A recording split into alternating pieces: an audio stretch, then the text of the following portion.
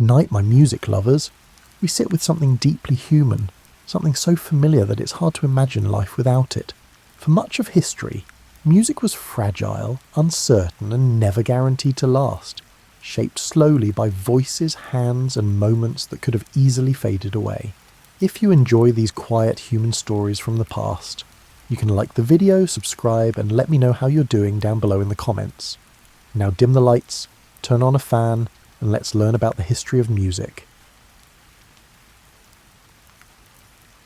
Now, if you will, please settle in tonight as we journey back to a time when the world existed without melody, without rhythm, and without any sound shaped by human intention. We're travelling to an era roughly 40,000 years ago, when our ancestors moved through landscapes of silence, broken only by wind, water, and the calls of creatures.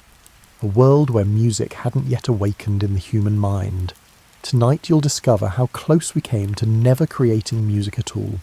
You're standing on a hillside in what will someday be called southern France, but right now it has no name. The year is approximately 38,000 BCE, and you've just realised something peculiar. You've never heard a song. This isn't because you're deaf or isolated. You're a healthy member of a small band of humans, perhaps 30 individuals who travel together through river valleys and across plains. You communicate with words, quite sophisticated ones actually. You can describe the movement of prey animals, warn about dangerous weather, tell stories about ancestors, and even crack jokes that make your companions laugh. But the laugh itself is just an expression of emotion. It doesn't have a melody. Nothing does. The wind moves through the long grasses around you, creating a rushing sound that rises and falls. Water tumbles over rocks in the stream below, generating a constant murmur punctuated by irregular splashes. A hawk circles overhead, occasionally releasing a sharp cry. These sounds exist, certainly, but they exist the way colours exist, as environmental facts, not as anything you might intentionally create or replicate. Your people make plenty of noise during the day. There's the rhythmic scraping sound as someone works a hide with a stone tool, the crack of wood being broken for a fire, and the shuffle of feet through dry leaves. When the group moves together, there's a complex layering of footfalls, breathing, and the rustle of carried materials, but none of this is organised. No one synchronises their footsteps, matches their breathing, or times their work sounds to create patterns. The idea simply doesn't exist. At night, lying on your bed of gathered grasses and furs, you listen to the sounds of sleep. Someone snores in an irregular pattern. Another person shifts position, creating brief scratching sounds against the ground. A baby, not yours but one you help care for, occasionally whimpers or makes small sleeping sounds. These noises happen, but they don't form anything you'd call rhythm or melody. What's fascinating is that you have every physical capability for making music. Your vocal cords can produce an astonishing range of sounds. Your ears can distinguish minute variations in pitch and timing. Your brain can recognise patterns and predict sequences. You're basically a sophisticated music-making machine, except nobody has thought to use any of these abilities for anything beyond communication and environmental awareness. When you need to call across a distance to someone in your group, you shout. The shout serves a purpose. It carries information. You might stretch out a vowel sound to make it travel farther, but this is pure functionality. You're not exploring the aesthetic qualities of sustained tones. You're just trying to be heard over the wind. There are moments when your voice naturally rises and falls in pitch as you speak, following the emotional content of what you're saying. Excitement raises your pitch slightly. Sadness might lower it, but these variations happen automatically, driven by feeling rather than intention. You're not consciously choosing to create pleasing sound patterns. The very concept of pleasing sound patterns exists nowhere in your mind. Your people clap their hands sometimes, usually as part of emphasis during communication, or to brush off dirt and moisture. The clapping makes a sharp, percussive sound, but it doesn't occur to anyone to clap in rhythm or to clap together in synchronized patterns. Each clap is an independent action, related to an immediate physical need or communicative purpose. Children in your group play extensively and their play is noisy. They chase each other, shrieking with excitement. They splash in water, creating wild, irregular sounds. They bang stones together while mimicking the tool-making they've watched adults perform. All of this generates sound, but none of it generates music.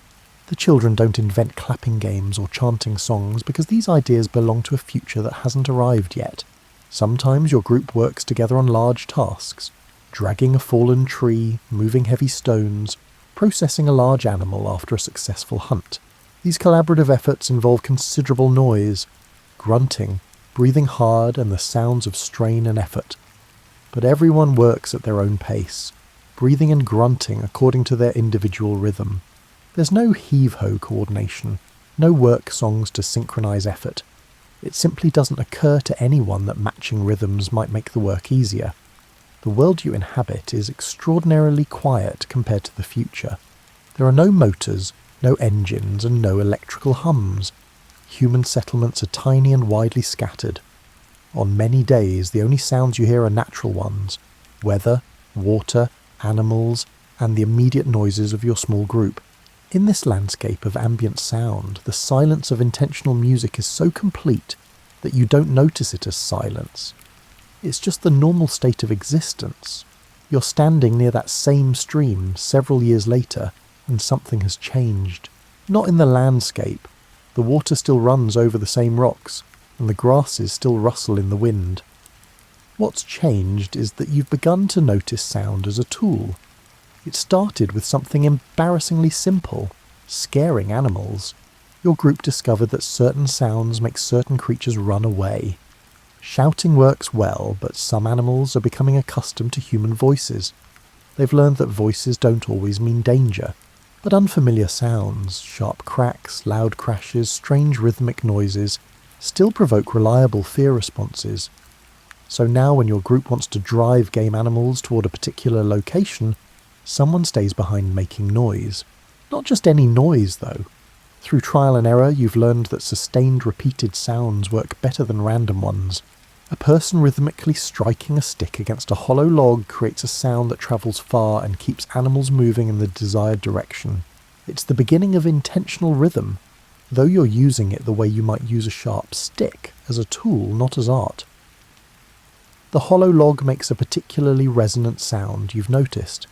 Strike it at one end and the sound is deep and carrying. Strike it near the middle and the pitch rises slightly. None of this seems particularly significant yet. You're not exploring these variations for their own sake. You're just noting them the way you'd note that certain stones are better for cutting than others. Your people have also discovered that sound can be used for warning. When someone spots potential danger, a large predator, an approaching storm, or members of an unfamiliar group, they need to alert others quickly without shouting specific words that might not carry. So a system has emerged. Certain sounds mean certain things. A sharp whistle, repeated 3 times, means danger. 2 low calls mean gather here. None of this is taught formally. It spreads through imitation and proves useful, so it persists. There's a woman in your group who has an unusually carrying voice. When she calls out, the sound travels much farther than anyone else's calls. She's become the de facto long-distance communicator, and she's started experimenting with different sounds to see which ones travel best.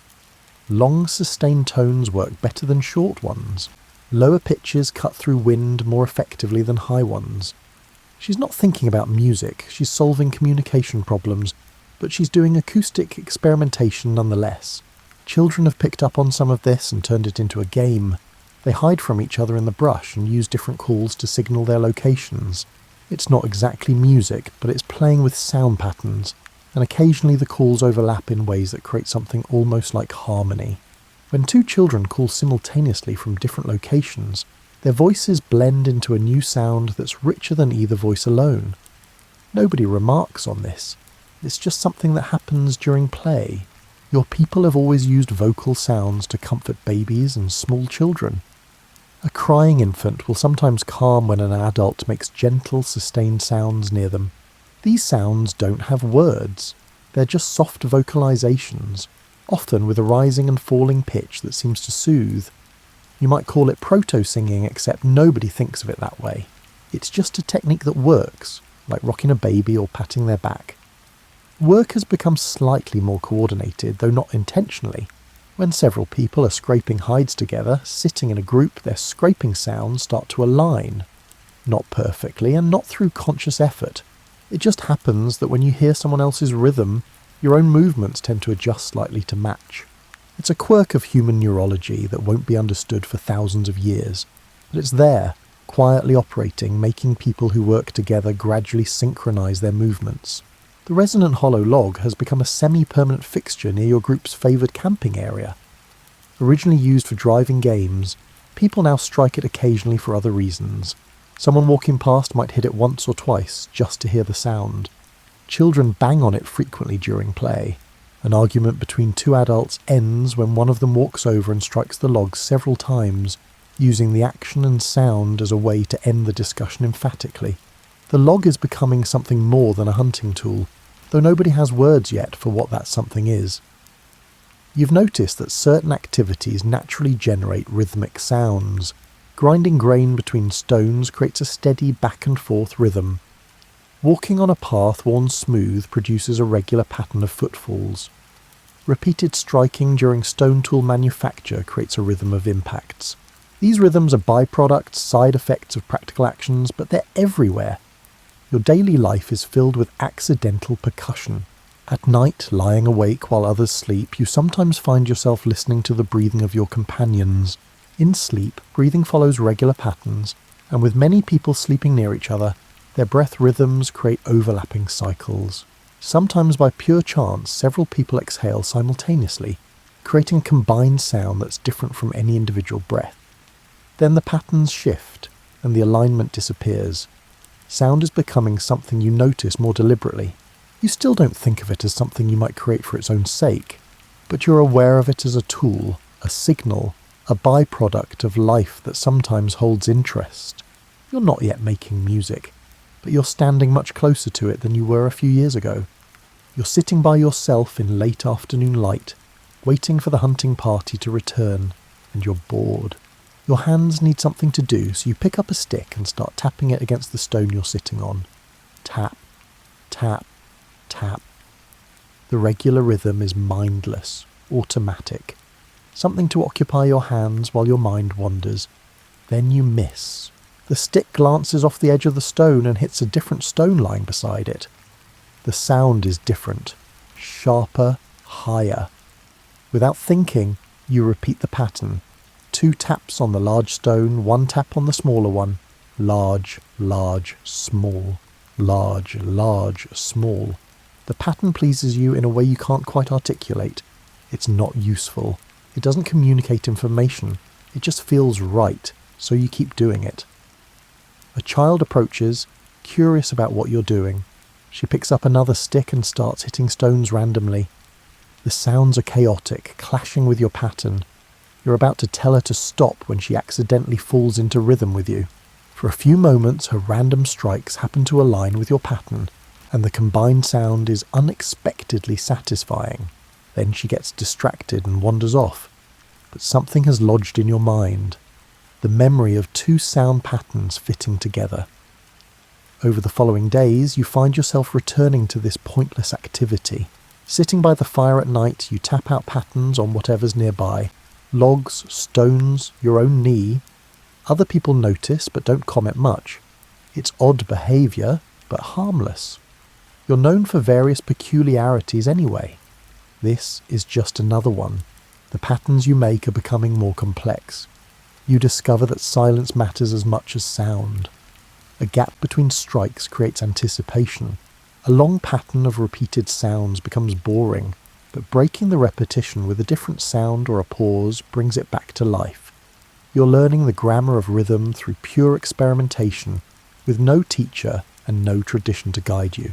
Another person in your group, a man who crafts stone tools with unusual precision, becomes interested in what you're doing. He doesn't join you, but he watches. One evening, while you're tapping your patterns, he starts scraping a bone with a stone blade in rhythm with your tapping. He's not trying to make music, he's just working, and his work happens to align with your rhythm. But the combination of tapping and scraping creates something neither sound alone could create. Texture, layering, and depth. You try something new, varying the force of your strikes. Hit hard, hit soft, hit medium. The same rhythm with different dynamics creates different feelings. A soft, slow rhythm feels calming. A loud, fast rhythm generates energy and excitement. You're not thinking about these effects analytically. You're just noticing them the way you might notice that some foods taste better than others.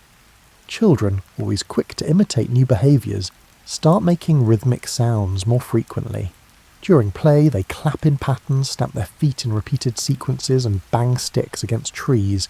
It's still play, not performance, but the play is starting to have structure. An adult tells two boys to stop making so much noise, and they comply, but they return to their rhythmic games the next day.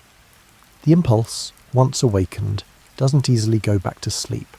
There's an old woman in your group who can no longer walk easily, but still contributes in various ways. She's taken to sitting near the fire and creating rhythmic sounds using whatever's at hand, sticks, stones, or bone fragments. When she does this, babies and small children often become calm, distracted from their crying or fussing by the sounds she makes. The adults have noticed this effect and now sometimes bring upset children to sit near her while she makes her patterns. She's become an accidental music therapist. Though that term won't exist for roughly 40,000 years, you've discovered that certain objects make better sounds than others. Hollow things produce deeper, more resonant tones. Dense, hard materials create sharper, clearer sounds. Some items ring when struck, their sound sustained and gradually fading, while others produce brief, dead thuds. You're not collecting these objects methodically, but you're starting to prefer certain ones, keeping them nearby because they produce sounds you enjoy. One evening, during an informal gathering around the fire, several people happened to be making rhythmic sounds simultaneously. You're tapping your pattern, the old woman is creating a steady beat, someone is cracking nuts with stones in rhythm, and a few children are clapping. Nobody planned this coordination, but for perhaps 30 seconds, all these separate rhythms align into a complex layered sound that makes everyone stop and listen. Then someone's rhythm speeds up, the alignment falls apart, and normal chaos returns. But you remember that moment, that brief, accidental harmony, the feeling of separate sounds fitting together into something larger than any single sound could be. You're holding a hollow bird bone, examining it for practical uses. It's light and strong. It might work as a needle or a small tool handle. But there's a crack running along one side, making it unsuitable for those purposes. You're about to toss it aside when you notice the crack creates a hole. On a whim, you blow across the opening. The sound that emerges freezes you in place. It's a tone unlike anything you've heard from a human mouth. Pure, sustained, unwavering. Not a voice, but not exactly not a voice either.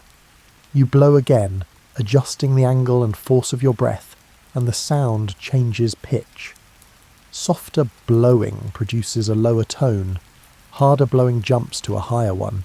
You sit down, ignoring everything else, and spend the rest of the afternoon exploring this strange object. By evening, you've learned to produce several different tones by partially covering the crack with your finger and varying your breath. The sounds carry remarkably well. When you blow the bone while standing on a slight rise, people at a considerable distance turn to look, startled by the unusual sound. You've created the first wind instrument, though you don't have a name for what it is. The bone flute, though you don't call it that, becomes an object of fascination for your group. Everyone wants to try it. Most people can produce some kind of sound from it, though few can control it as well as you do. The children, predictably, blow into it with maximum force, producing shrill, almost painful sounds that make adults cover their ears and laugh. The toolmaker examines it carefully, studying the crack and the way air moves through it. He asks to borrow it overnight. When he returns it the next morning, he's made changes.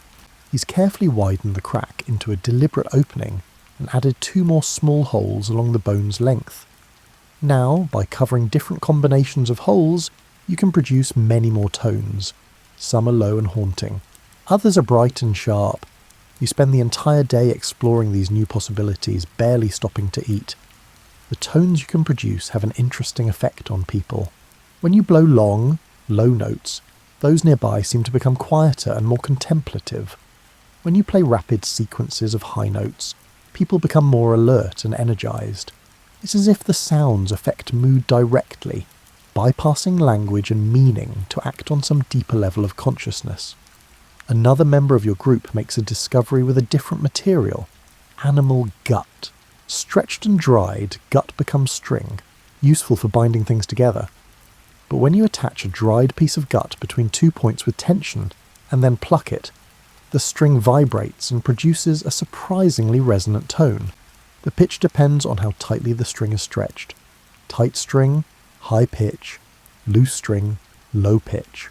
This is harder to control than the bone flute, but it produces a different quality of sound, something between plucking and humming, with a richness that seems to fill space. You experiment with stringing gut across a curved piece of wood, creating tension by bending the wood. Now you have something like a primitive hunting bow, except instead of shooting arrows, you pluck the string to make sounds. You're inventing the musical bow, though the true hunting bow already exists and nobody thinks of this version as particularly innovative. A child watching you play the string sound maker, you really need better names for these things, asks if you can make the sounds go up and down like when people talk. You try it, plucking the string while pressing it against the wood at different points to change the pitch. Yes, you can. The sounds do seem to rise and fall in patterns that vaguely resemble speech melody, though they're clearer and more controlled than any voice. The hollow log your people have been using for years gets a significant upgrade. Someone notices that hitting it in different places produces different pitches, so they start carving it deliberately, making some areas thinner to produce higher tones, and leaving other areas thick for deeper sounds. What was a simple noisemaker becomes a tuned percussion instrument. Though it takes weeks of patient carving and testing to get the tones to work well together, you now have 3 distinct ways of making deliberate controlled sounds: blowing through bones, plucking gut strings, and striking carved wood. None of these sounds exactly like a human voice, which makes them both strange and compelling. They're sounds from the human world, but not quite human sounds. On an evening when the weather is mild and the work is done, several people bring out these new sound makers simultaneously. Someone plays the bone flute with its multiple tone holes. Another person plucks the gut string. You strike the carved log in varying rhythms. The sounds weave together in ways none of you planned, creating moments of surprising harmony and moments of jarring discord. You're not quite making music yet, you're still just making interesting sounds. But the distance between what you're doing and what will someday be called music is growing smaller. You're sitting with a group of children and young adults, teaching them the names of plants, when someone asks you to tell the story of the winter 6 years ago when the river froze solid. You've told this story before, but tonight you try something different. As you speak, you pick up the bone flute and play a low, sustained tone during the description of the cold. The sound seems to make the cold more present, more real. The listeners lean in, more focused than usual.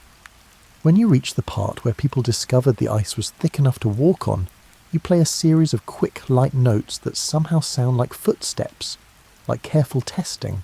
Nobody has told you that sounds can represent actions this way. You're discovering it as you do it. The young people are utterly silent, absorbed in the story in a way they usually aren't. At the climax, when someone fell through thinner ice but was rescued, you drop the flute and strike the carved log 3 times, sharp and loud. The sudden percussion makes everyone jump slightly, their bodies responding to the sound before their minds fully process it. Then you return to the flute for the resolution, playing softer, slower notes as the injured person recovers. When the story ends, there's a long silence.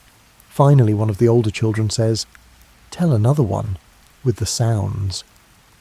You've stumbled onto something important. Sound makes memory more vivid and more lasting. Stories told with accompanying sounds lodge deeper in the mind.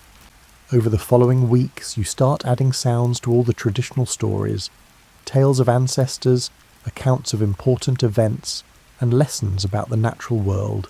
Each story develops its own sound patterns, and soon people begin to associate certain musical phrases with certain narratives. The bone flute's lowest tone becomes the sound for danger and winter. Its highest, brightest tone means safety and summer. The carved log's deepest note marks the beginning and ending of important stories. The gut string's vibrating tone accompanies descriptions of the spirit world, the realm of dreams and visions that exists alongside the everyday world. Other storytellers in your group adopt these techniques. Soon, almost no one tells important stories without sound accompaniment. The sounds aren't decoration. They're becoming part of how memory works. Children who hear stories with sounds can recall details more accurately than children who hear words alone. The group's collective memory is being encoded not just in language, but in sound patterns. You discover that certain sound sequences naturally fall into repeating patterns that make them easier to remember. A phrase of 4 beats followed by another phrase of 4 beats creates a structure that the mind grasps easily. Irregular patterns are harder to remember and harder to teach. Through trial and error, you're discovering the cognitive psychology of music, learning that human brains prefer certain structural patterns over others. The old woman who makes rhythmic sounds has become a keeper of knowledge. She maintains a consistent beat while stories are told, her rhythm acting as a kind of temporal framework that holds the narrative together. Young people learning important information sit beside her, the rhythm helping to structure their memory of what they're learning. Someone makes a crucial innovation, using sound patterns to mark time. A certain sequence of notes means morning, a different sequence means evening. Specific rhythms mark seasonal changes. The group is creating a sonic calendar, a way of organising time through repeating musical phrases. When you hear the spring melody, you know certain plants will soon be ready to harvest. The autumn rhythm signals time to prepare for winter. The boundary between story and sound, between speaking and making music, is becoming increasingly blurred. Stories are delivered in a kind of heightened speech that has regular rhythm and pitch patterns. It's not quite singing. You're still primarily conveying information through words, but it's not ordinary speech either. You're chanting, though you don't have that word yet. Memory becomes a kind of performance. The best storytellers are those who can most effectively blend words, sounds, and rhythms. They're not just recounting events, they're recreating them through a combination of language and organised sound. The community's history, its knowledge base, and its cultural identity are all being encoded in these memory performances. You realise one night, listening to a skilled storyteller accompanied by the bone flute and carved log, that you're experiencing something fundamentally new. This isn't just communication or entertainment. It's the creation of shared meaning through structured sound. It's the beginning of what will someday be called art. Though right now it's simply the best way your people have found to remember what matters. The hunting party returns in the late afternoon with news of a remarkably successful hunt.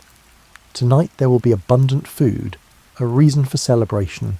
As people gather and the light begins to fade, someone starts tapping a rhythm on the carved log. Then someone else joins in, clapping in time. Within moments, dozens of people are making rhythmic sounds together. Clapping, stomping, striking objects and clicking tongues. This has happened before, but tonight something different occurs.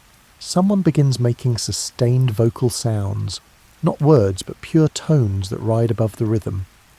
Another voice joins, matching the tone, and suddenly there are 2 people making the same sound simultaneously. The combined voices are louder than either alone, but there's something else too, a richness, a depth that a single voice doesn't have. You're not one of the initial singers, but the sound pulls something from you. You add your voice to theirs, matching their tone as closely as you can. The 3-voice sound is even richer. A 4th person joins, then a 5th. Now there's a massive sound, a vocal texture that seems to vibrate in your chest, in your bones.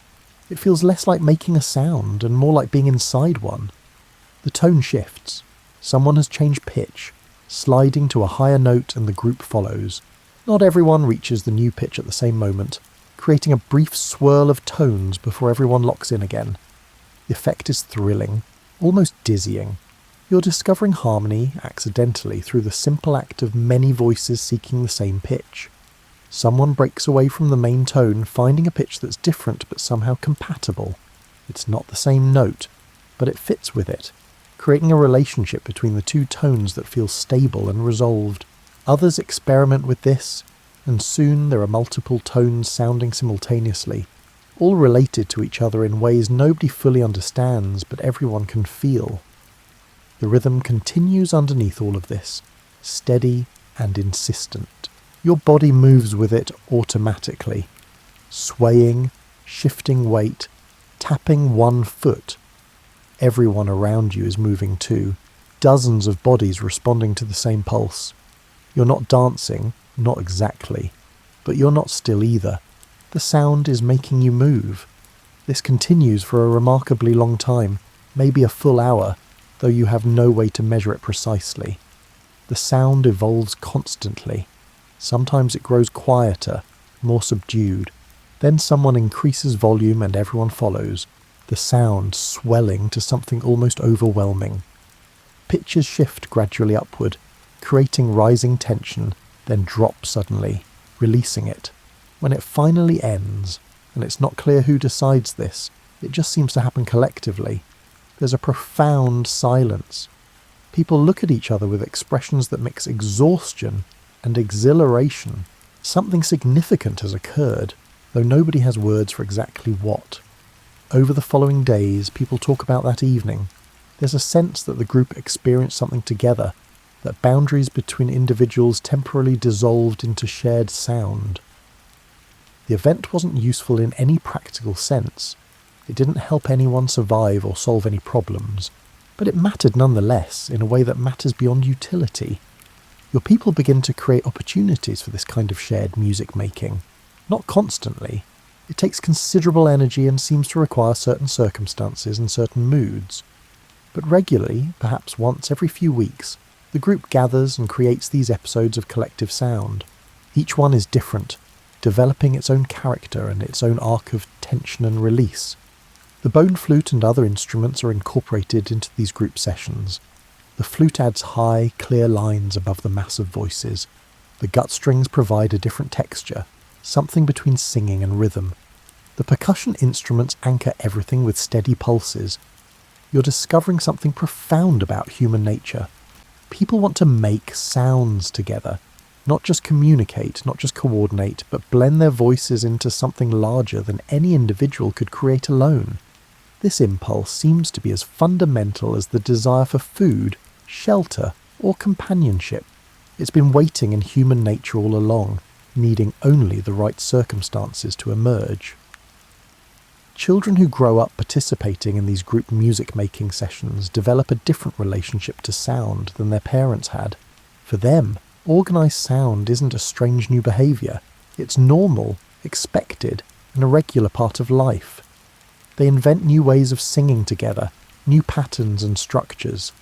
They're growing up musical in a way that previous generations weren't. The group singing creates social bonds that language alone doesn't quite achieve. When you've stood in a circle of people, all making the same sounds together, those people feel closer afterward. Arguments that seemed important before a music session often seem less significant after. The shared sound creates a kind of unity that reduces conflict. You're witnessing the birth of music's social function, discovering that it's not just about making interesting sounds or preserving memory.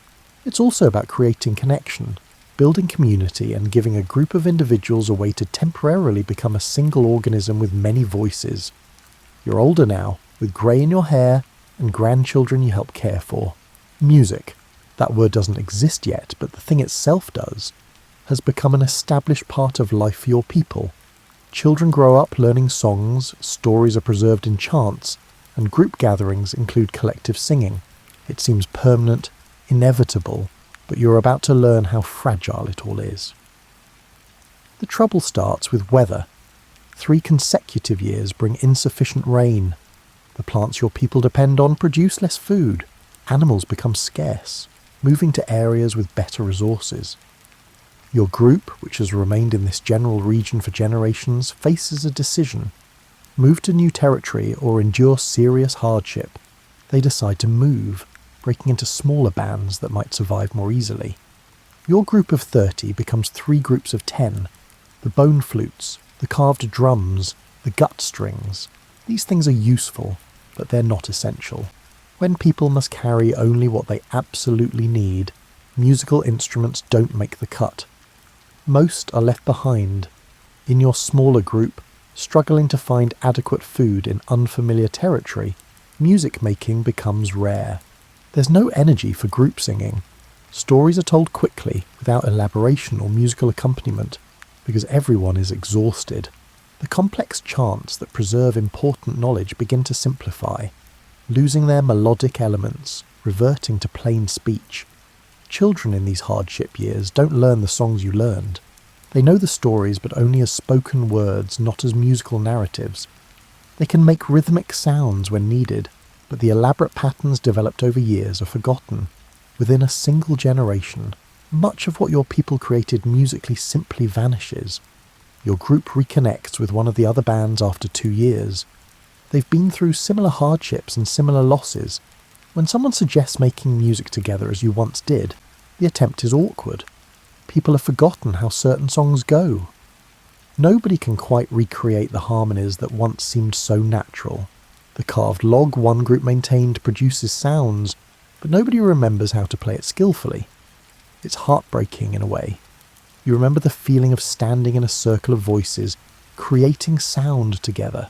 Your grandchildren will never have that experience, and it's not because of any catastrophe or enemy. It's simply because music, it turns out, requires not just invention but transmission, not just creation but preservation, and neither of those things is guaranteed. Other aspects of your culture prove more durable. Stone tool technology persists because it's essential, and because the tools themselves serve as teaching models. Hunting techniques survive because they are matters of life and death. Language continues because humans can't not speak. But music is different. It's valuable, but not vital, meaningful, but not mandatory. And so it nearly dies. You try to teach the old songs to children, but without group reinforcement, without regular practice, the teaching doesn't stick.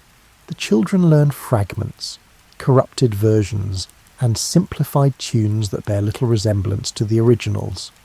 It's like watching something dissolve, watching complexity reduced to simplicity, watching art die of neglect. Then something unexpected happens. A period of abundance returns, rains come reliably, food becomes plentiful, your people stop moving constantly, establishing a more permanent settlement. And in the breathing room this creates, music begins to return. It doesn't return all at once or in its original form. A young woman who vaguely remembers hearing groups singing as a small child tries to recreate it with her friends. What they produce is simpler than what was lost, but it's something. A man finds a hollow bone and, half remembering, blows across it to make tones. The sounds aren't as refined as your old bone flute produced, but they're deliberate, intentional and musical.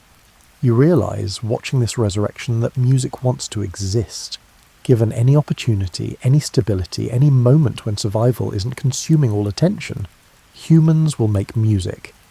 The urge is too strong, too deeply embedded in human nature to be permanently suppressed. But you also understand now how easily it can be interrupted, how close it came to never taking hold at all. If the hardship had lasted longer, if your people had remained scattered and struggling for another generation, music might have disappeared entirely from this population. And since it wasn't inevitable, since it emerged from particular circumstances and particular innovations, its disappearance wouldn't guarantee its reinvention. You came terrifyingly close to losing it forever. The music that re-emerges isn't the same as what was lost. It's simpler in some ways, but it's also changed, incorporating new ideas and patterns. Music doesn't just preserve, it evolves, and each generation adds or removes elements. What you're witnessing is not just the fragility of tradition, but also its flexibility, its capacity for transformation. In your final years, sitting by the fire and watching young people make music that sounds both familiar and strange to your ears, you understand what you've been part of. You've witnessed the birth of something extraordinary, seen it nearly die, and watched it resurrect in altered form. You've learned that music is both inevitable and improbable, both fundamental to human nature and dependent on circumstances that easily might not have occurred. You're very old now, wrapped in furs against the cold, watching your great-grandchildren play. They're making music. There's no other word for it anymore, even though your language still doesn't have that word. They're singing a song that incorporates words, sustained tones, rhythm, and even movement. It's a game about hunting, but it's also unmistakably art. The transformation from those first accidental rhythms to this deliberate structured musical play has taken most of your lifetime. You've seen music develop from random sound making to purposeful creation, from individual exploration to community practice, and from simple patterns to complex compositions. The music these children make is different from what you once knew. They've developed harmonies you never imagined and rhythm patterns more intricate than anything from your youth. They've invented new instruments, including a remarkable object made by stretching animal hide over a hollow log. When you strike the hide, it produces a deep, resonant boom that carries for astonishing distances. Music has become specialised in ways you didn't anticipate. Certain people have emerged as particularly skilled musicians, and they spend considerable time practicing, developing abilities beyond what most people achieve. There's a young man who can make the bone flute produce sequences of notes so rapid they seem to blur together, creating melodies that cascade like water over rocks. The stories your people tell are now inseparable from music. Nobody would consider telling an important story without musical accompaniment. The music doesn't just enhance the story, it is part of the story, carrying meaning that words alone can't convey. The melody associated with the winter survival story you once told contains the cold, the danger, and the relief within its tones. Music has developed functions you never imagined. There are now songs for almost every activity.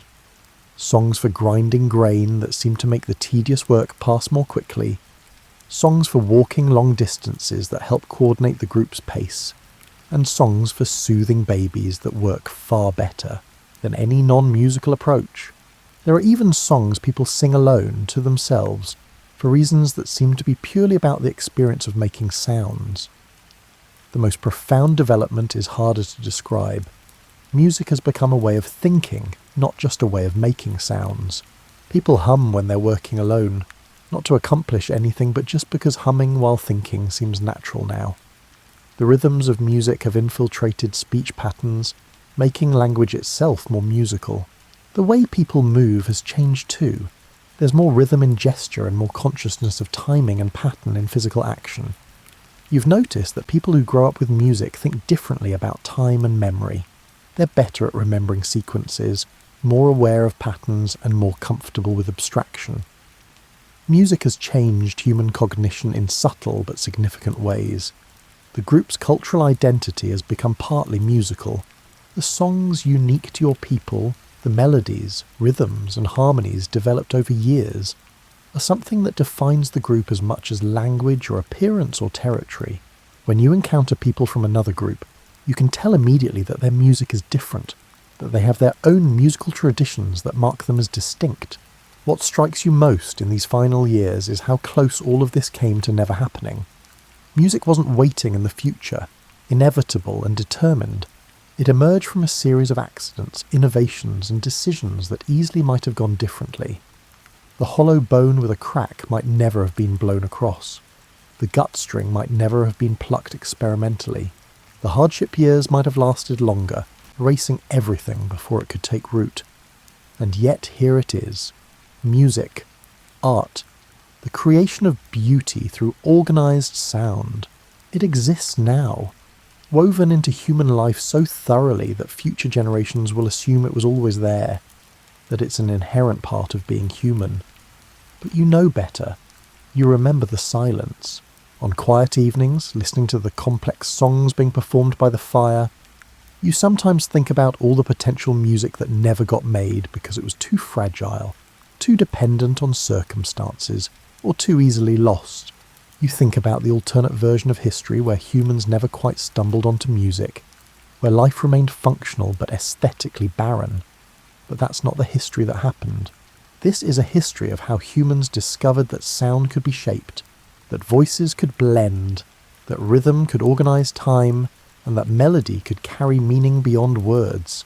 A history where music, against all the odds and fragilities, took hold in human consciousness and wouldn't let go. Your great-grandchildren are singing now, their voices rising into the darkening sky. The song they're creating will last maybe 5 minutes, and then it will be gone, surviving only in memory until someone performs it again. But even in its impermanence, even in its fragility, it exists. Music exists. That, you think as you listen, is the miracle.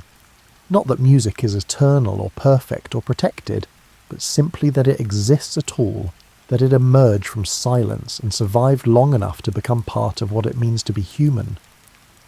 The song continues, the fire burns, the night deepens around you, and the sounds, those carefully organised, intentionally created, thoroughly human sounds, carry on into the darkness, already becoming memory, already preparing to be reborn in tomorrow's voices.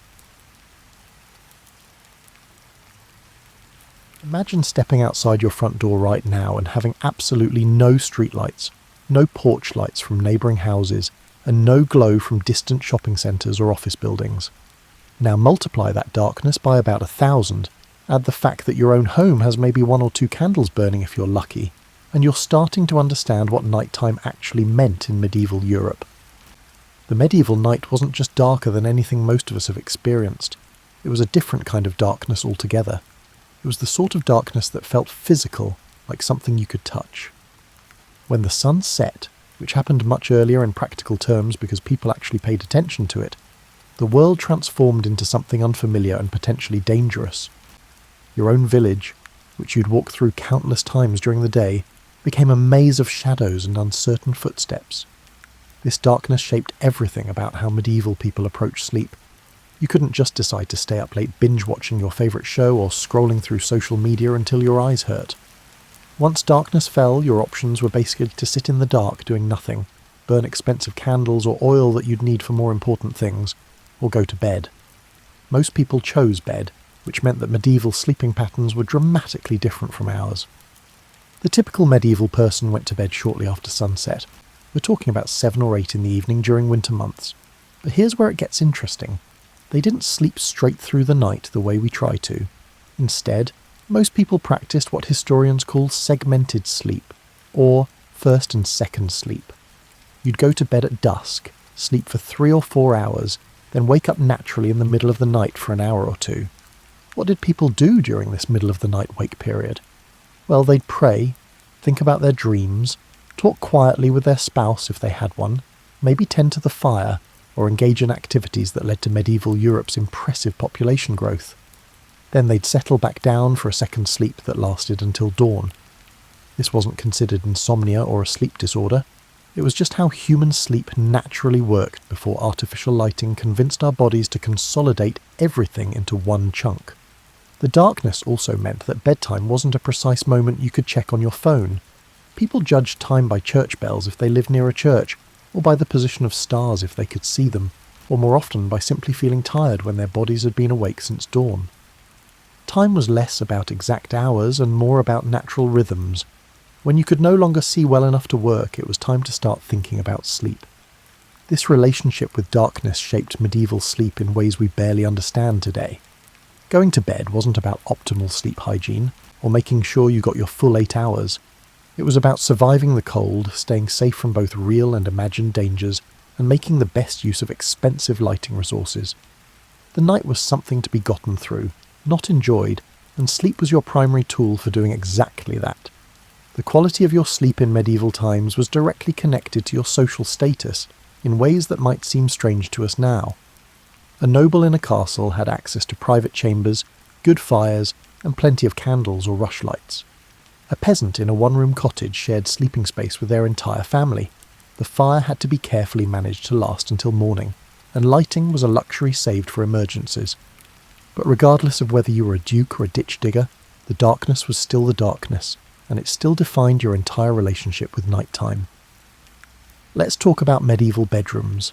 Except for most people, the word bedroom would have been a completely foreign concept. Separate rooms dedicated solely to sleeping?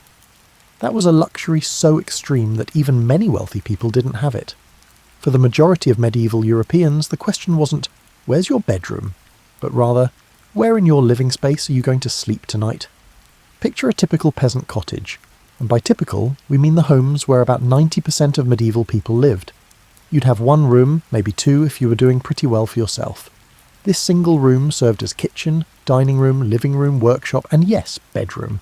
The whole family slept there, often in the same bed or on adjacent sleeping platforms. Privacy was not a medieval value, mainly because privacy was simply not possible for most people. The bed itself, if you could call it that, often consisted of a wooden frame with rope or leather straps stretched across it to create a flexible sleeping surface. This is where the phrase "sleep tight" supposedly comes from. You'd need to tighten those ropes periodically to keep the sleeping surface from sagging too much. Though historians debate whether that's the real origin of the phrase, it makes a nice story and captures something true about medieval sleeping arrangements. They required maintenance. Now, if you were a peasant without even a proper bed frame, you might sleep on what was essentially a large sack filled with straw, placed directly on the dirt floor or on a raised platform to avoid the worst of the cold and damp rising from the ground. These straw mattresses were called pallets, and they were about as comfortable as they sound, which is to say, not very, but considerably better than sleeping directly on cold earth. The straw in these mattresses needed regular replacement because, well, imagine sleeping on the same pile of dried grass for months on end. It would compress, accumulate moisture, attract various forms of wildlife you didn't particularly want sharing your bed, and generally become less pleasant over time. Replacing the straw was a regular household task, like changing your sheets, except you were changing the entire mattress. Moving up the social ladder, things got marginally better. Wealthier peasants and merchants might have actual wooden bed frames, possibly even with some basic decoration if they were showing off. The mattress might be stuffed with wool instead of straw, which was warmer, more comfortable, and less likely to poke you with sharp bits throughout the night. Some even had feather mattresses, though these were expensive enough that they often appeared in wills as valuable property to be inherited. The nobility slept in what we'd recognise as actual beds, though even these were different from what you might expect. A noble's bed was often a major piece of furniture and a significant status symbol.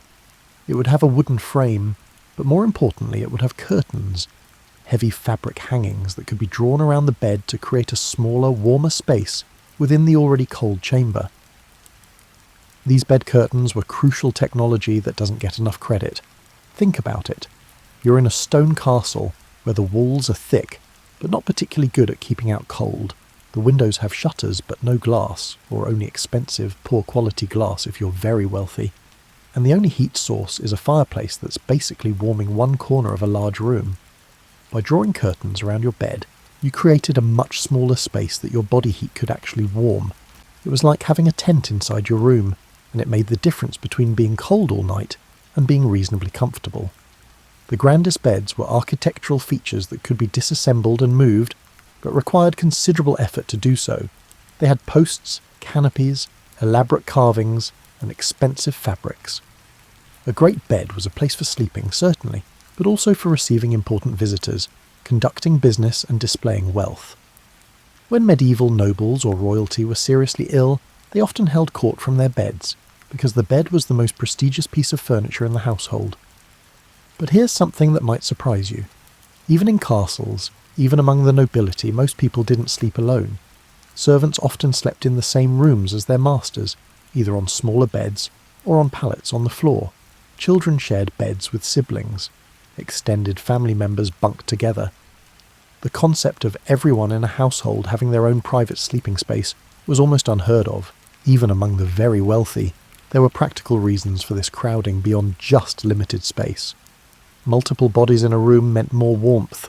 Having servants sleep in your chamber meant you had someone to tend the fire during the night, to help you if you needed something, and to provide security against intruders. Privacy might be nice, but warmth, service, and safety were necessities. For travellers, and medieval people travelled more than you might think, whether for trade, pilgrimage, or military service. Sleeping arrangements were even more variable. Inns existed, but they were sparse, and sleeping at an inn usually meant sharing a bed with complete strangers. This wasn't considered particularly strange. It was simply the most efficient use of limited space and bedding. You'd climb into bed with whoever else had paid for a spot, hopefully claiming the side closer to the wall if you got there first, and try to sleep while ignoring the snoring, smells and movements of your temporary bed partners. Monasteries and convents had their own sleeping arrangements. Monks and nuns often slept in dormitories, sometimes in individual cells barely large enough for a narrow bed. sometimes in communal spaces with rows of beds. The strictest religious orders required sleeping on bare boards as a form of mortification of the flesh, which is about as comfortable as it sounds and was meant to be that way. Now that you're mentally curled up in your medieval sleeping space, whether that's a pile of straw on a cottage floor or a curtained bed in a drafty castle, let's talk about what you'd pull over yourself to keep from turning into a medieval popsicle during the night. Your modern comforter, with its synthetic fill and machine-washable cover, is a technological marvel that medieval people would have traded a good sheep for. What they had instead was whatever they could make, buy, or inherit, and the quality varied so wildly that a peasant's bedding and a noble's bedding were barely the same category of object. Starting at the bottom of the social ladder, a peasant family's blankets were likely made of wool, because sheep were everywhere in medieval Europe, and wool was the go-to fabric for anything that needed to be warm. But not all wool is created equal. The coarse wool from the family's own sheep, woven at home or by a local weaver, resulted in blankets that were warm, yes, but also heavy, scratchy, and nowhere near as soft as the wool products you'd find in a modern bedding store. These homespun wool blankets were valuable enough that families took care of them, mended them repeatedly, and passed them down through generations. When a blanket wore out in one spot, you didn't throw it away. You patched it, turned it, repurposed it, or eventually cut it down into smaller pieces for other uses. Waste wasn't a medieval concept when it came to textiles, because making cloth was incredibly labour-intensive. For padding between you and those rope bed supports, you'd have your straw or wool mattress, but some people added additional layers. A coarse cloth covering over the straw helped keep the pointy bits from poking through quite so aggressively. Some people used animal skins. Sheepskins were particularly popular because they were warm, relatively soft and naturally water-resistant. Moving up the economic ladder, the bedding got progressively finer. Wealthier merchants might have wool blankets made from better quality wool, perhaps even dyed in attractive colours using expensive dyes. They might have linen sheets. Yes, medieval people who could afford it used sheets, though not everyone changed them as frequently as we might hope. Linen was prized because, unlike wool, it could be washed in hot water and wouldn't shrink, though it was considerably more expensive than wool. The nobility took bedding to another level entirely. Their wool might be felted or fulled to make it softer and denser. They'd have multiple layers, linen sheets against the skin, wool blankets for warmth, and possibly fur or silk covers on top for display as much as function. The wealthiest individuals had feather beds, not just mattresses stuffed with feathers, but also feather-filled coverlets that were the medieval equivalent of a down comforter. These feather beds were luxury items that appeared in inventories and wills alongside jewellery and valuable household items. Getting enough feathers to stuff a good-sized coverlet required a lot of geese or other waterfowl, and someone had to pluck them all, clean them, and stuff them into tightly woven fabric that wouldn't let the feathers escape. It was skilled, time-consuming work, which meant it was expensive. But here's the thing about medieval bedding that really matters. It was all about layering.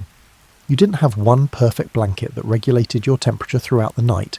Instead, you had multiple layers of different materials, and you managed your temperature by adding or removing layers, opening or closing bed curtains, and adjusting how close you were to other people in your bed. The fabrics themselves had properties that medieval people understood through experience, even if they couldn't explain the science. Wool stays warm even when damp, which mattered in drafty, moisture-prone buildings. Linen absorbs moisture and dries relatively quickly, which was important for sheets that would absorb sweat and body oils. Furs provided excellent insulation and had the added benefit of being a visible display of wealth. Medieval people also used what we might call sleeping costumes. You didn't just strip down to your underwear and hop into bed, partly because underwear in the modern sense didn't really exist, and partly because it was too cold for that nonsense. Instead, most people slept in a long linen garment called a nightshirt or night shift. This wasn't decorative sleepwear.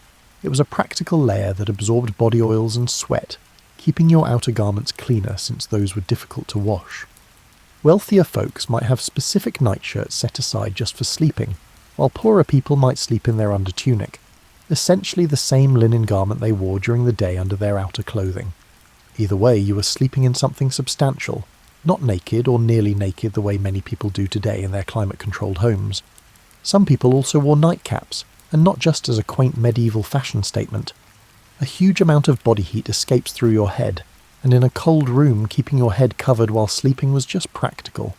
These caps might be simple linen affairs for everyday use or more elaborate for the wealthy, but the principle was the same: trap heat and stay comfortable.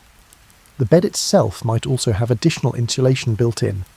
Those curtains around a noble's bed weren't just fabric hanging loosely. They were often made of heavy wool, sometimes lined, creating a thick barrier between the cold chamber and the sleeping space. Opening or closing these curtains was how you adjusted your temperature, like medieval climate control. For extra warmth on particularly cold nights, people used bed warmers, long-handled metal pans filled with hot coals that you'd run between the sheets before getting into bed. This was the medieval version of an electric blanket preheat setting, and it actually worked pretty well, though you had to be careful not to set your straw mattress on fire. More than one medieval house burned down because someone got careless with bedtime heating arrangements.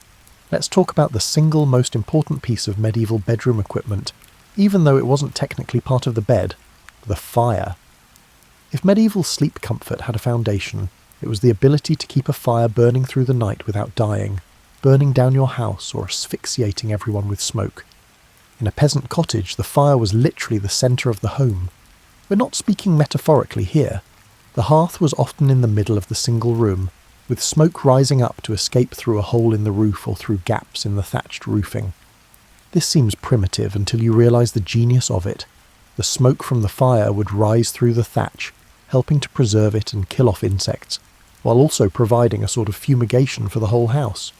The downside, of course, was that everyone in the house was breathing some amount of smoke all the time.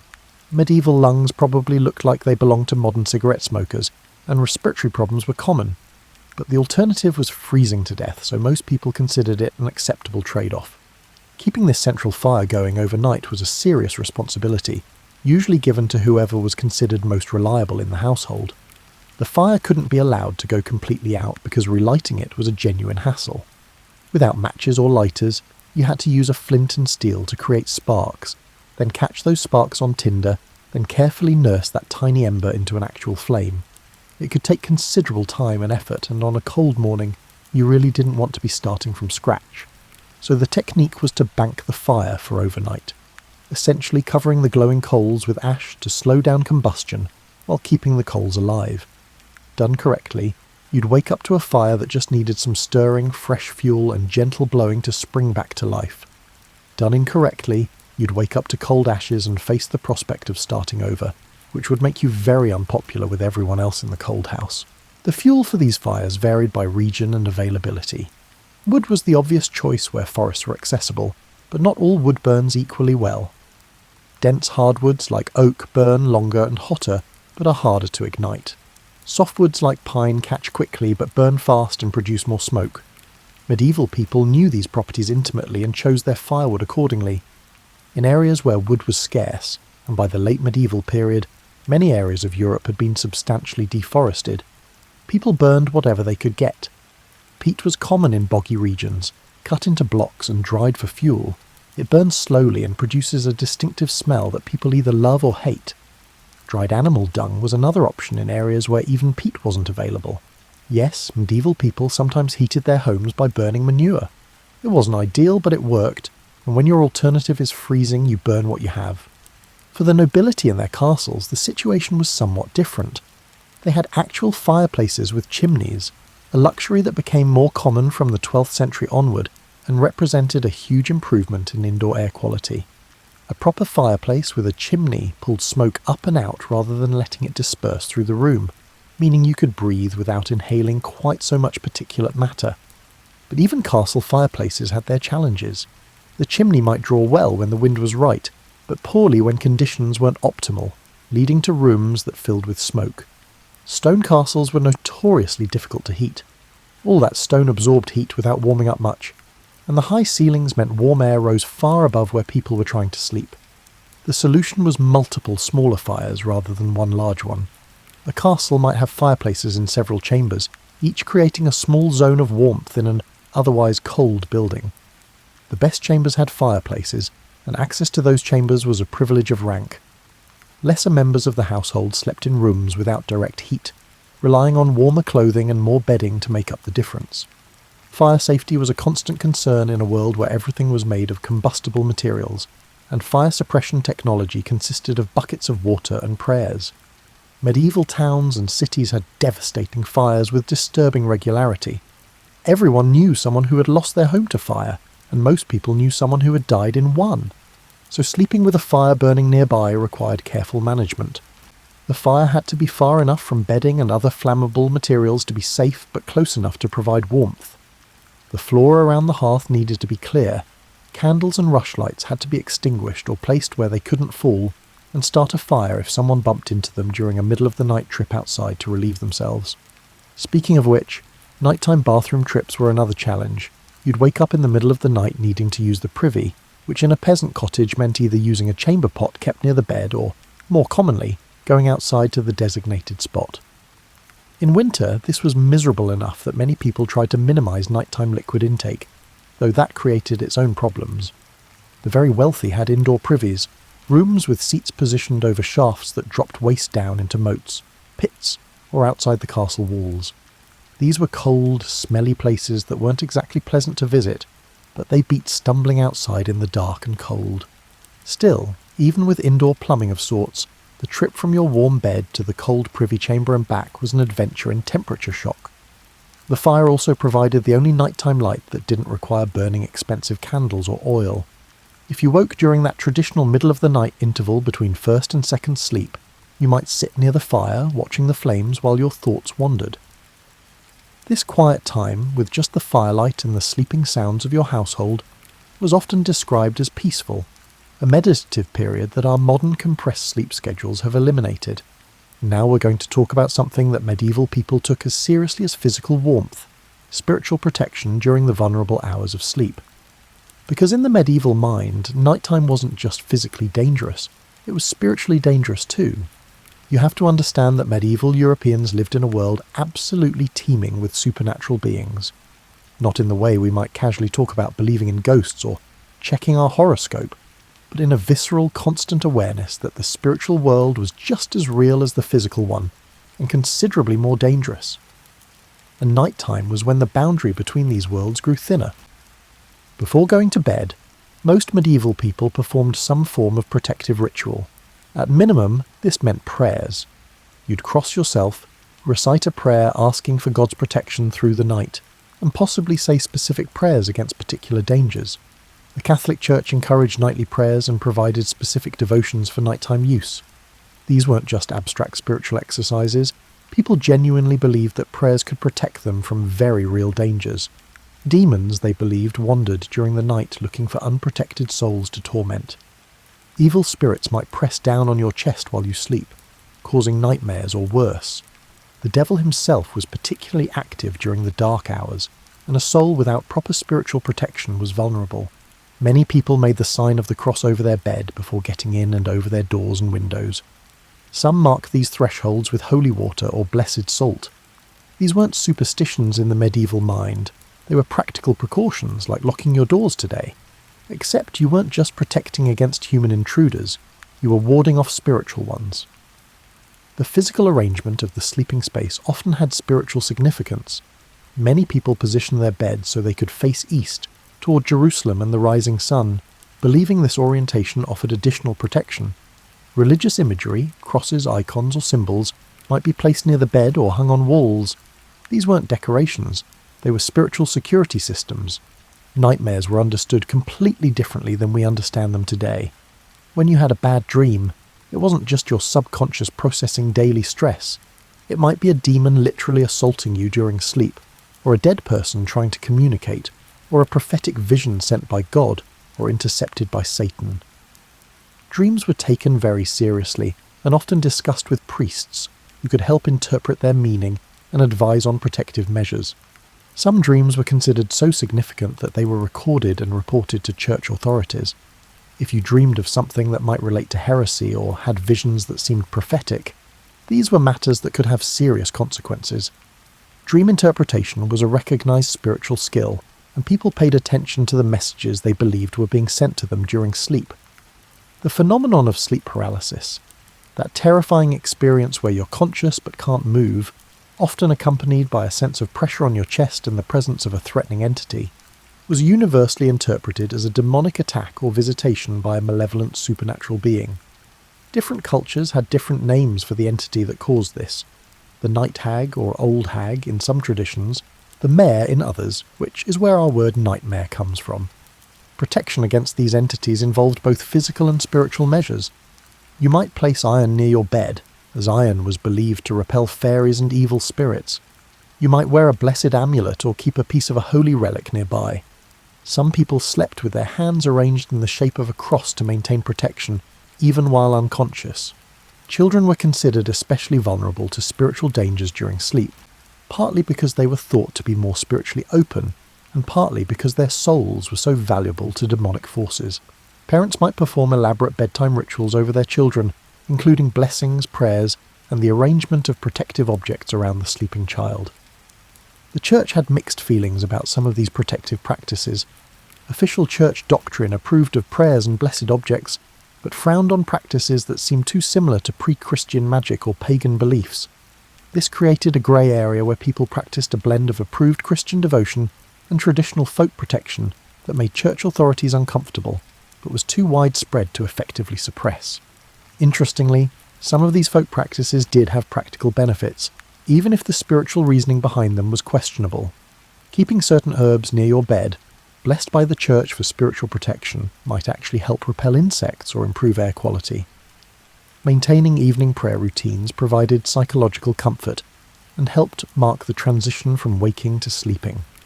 The ritualization of bedtime created structure and predictability in a chaotic, dangerous world. The fear of nocturnal spiritual dangers also reinforced social structures and behaviours. Going to bed properly with appropriate prayers and protections was seen as morally correct.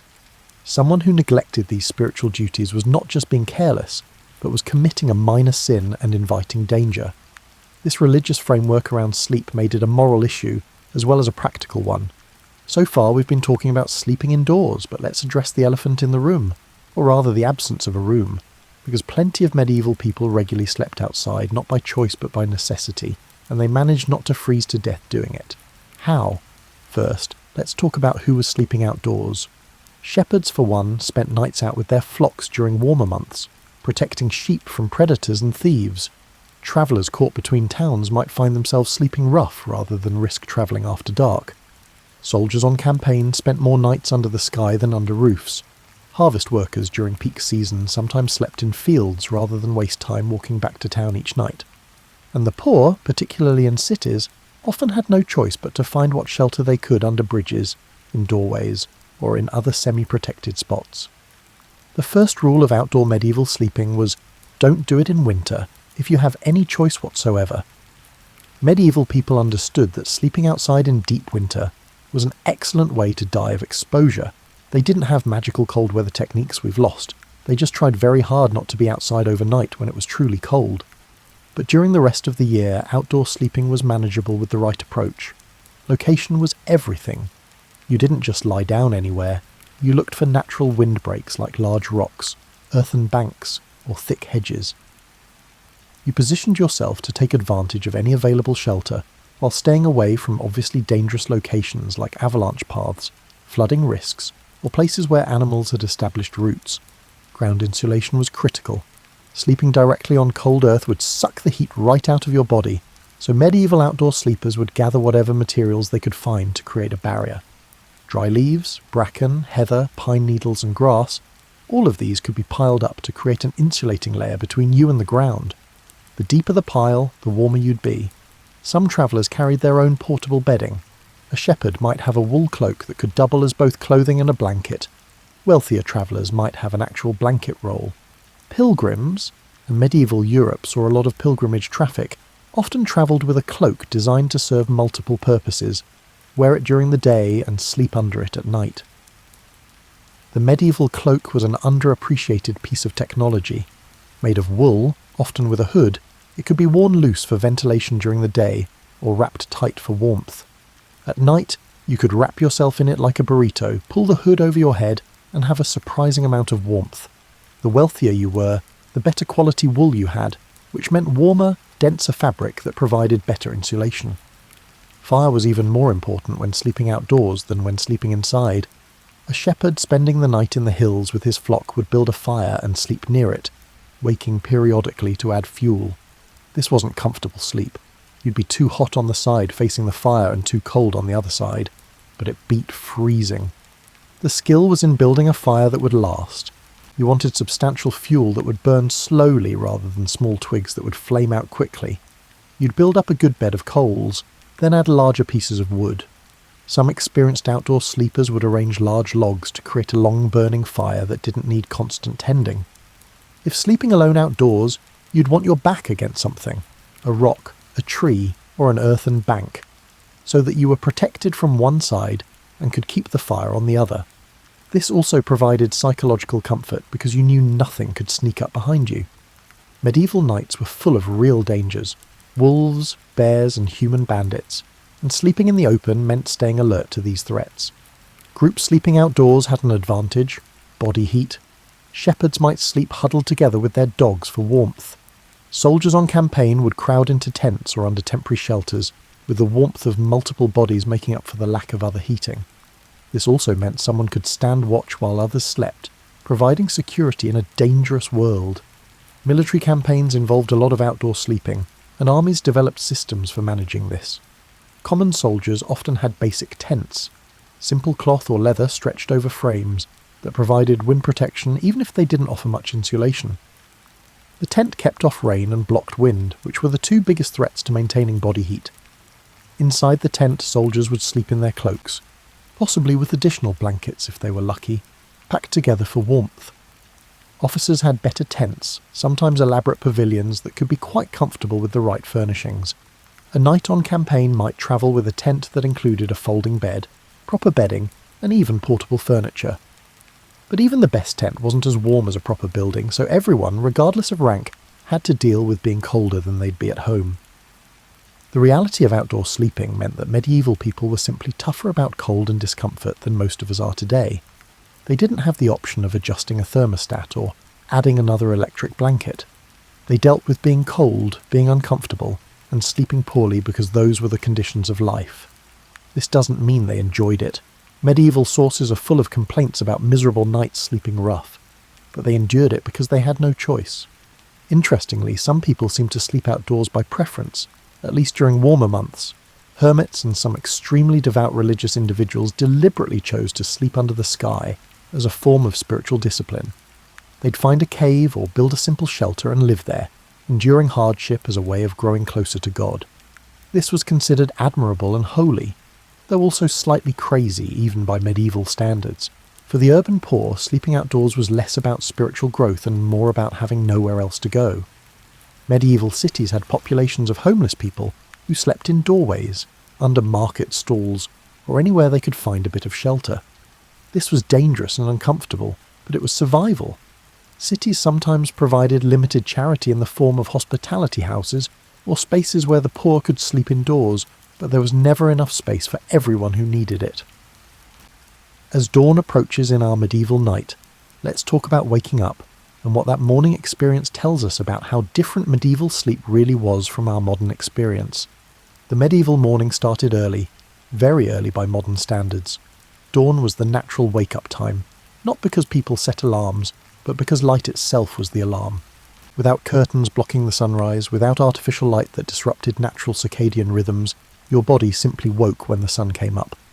This meant that wake-up times varied dramatically by season. You might rise at 5 a.m. in summer and 8 a.m. in winter, and everyone considered this completely normal. The first sensations of waking were probably not pleasant.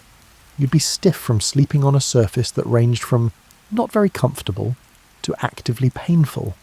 Your body would be cold because the fire had burned low during the night.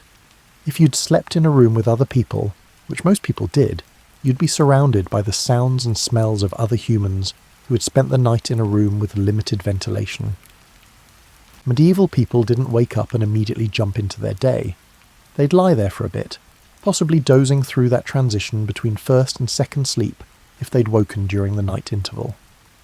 When they finally roused themselves fully, the first order of business was getting the fire going properly again if it had been banked overnight. Then you'd dress, which was less complicated than you might think because you'd slept in much of your clothing. You'd add outer layers, Maybe splash some water on your face if water was available, and you were unusually concerned with cleanliness, and basically prepare to start another day of medieval life. Morning prayers were standard for most people, a quick thanks to God for surviving the night, because in a world where disease and accident could kill you suddenly, surviving the night wasn't something to take for granted.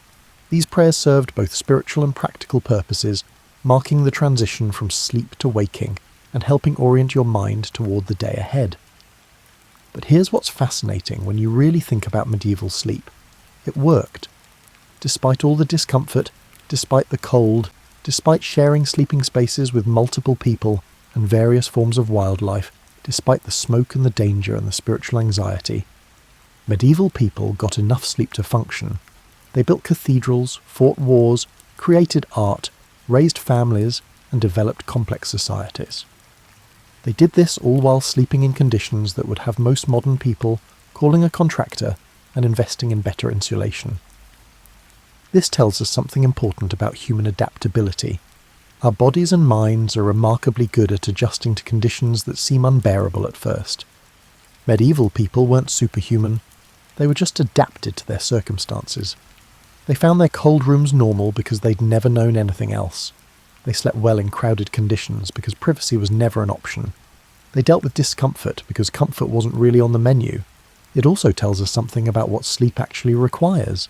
We modern people have convinced ourselves that we need perfect conditions, the right temperature, the right mattress, the right pillows, complete darkness, absolute silence, maybe a white noise machine or a specially designed sleep app. Medieval people had none of these things and slept anyway, because fundamentally, human sleep is robust enough to work under surprisingly difficult conditions. The legacy of medieval sleep patterns has left traces in our language and culture that we barely notice. When we talk about having a good night's sleep, we're using a phrase that dates back centuries. The expression burning the midnight oil refers to a time when staying up late actually meant consuming expensive resources. Making your bed comes from an era when this was a genuine daily task that involved tightening ropes and fluffing straw. Even our architecture carries echoes of medieval sleeping arrangements. The four-poster bed design originated in medieval attempts to create warmer sleeping spaces through curtains. The canopy over a bed, now purely decorative, once served the practical purpose of catching falling debris from thatched roofs or crumbling plaster. These functional designs became status symbols and eventually decorative traditions that persist, even though we no longer need them. The medieval approach to sleep also influenced later developments in housing and heating. The recognition that separate bedrooms provided better rest and privacy, even when they weren't strictly necessary for warmth, led to architectural changes as wealth increased.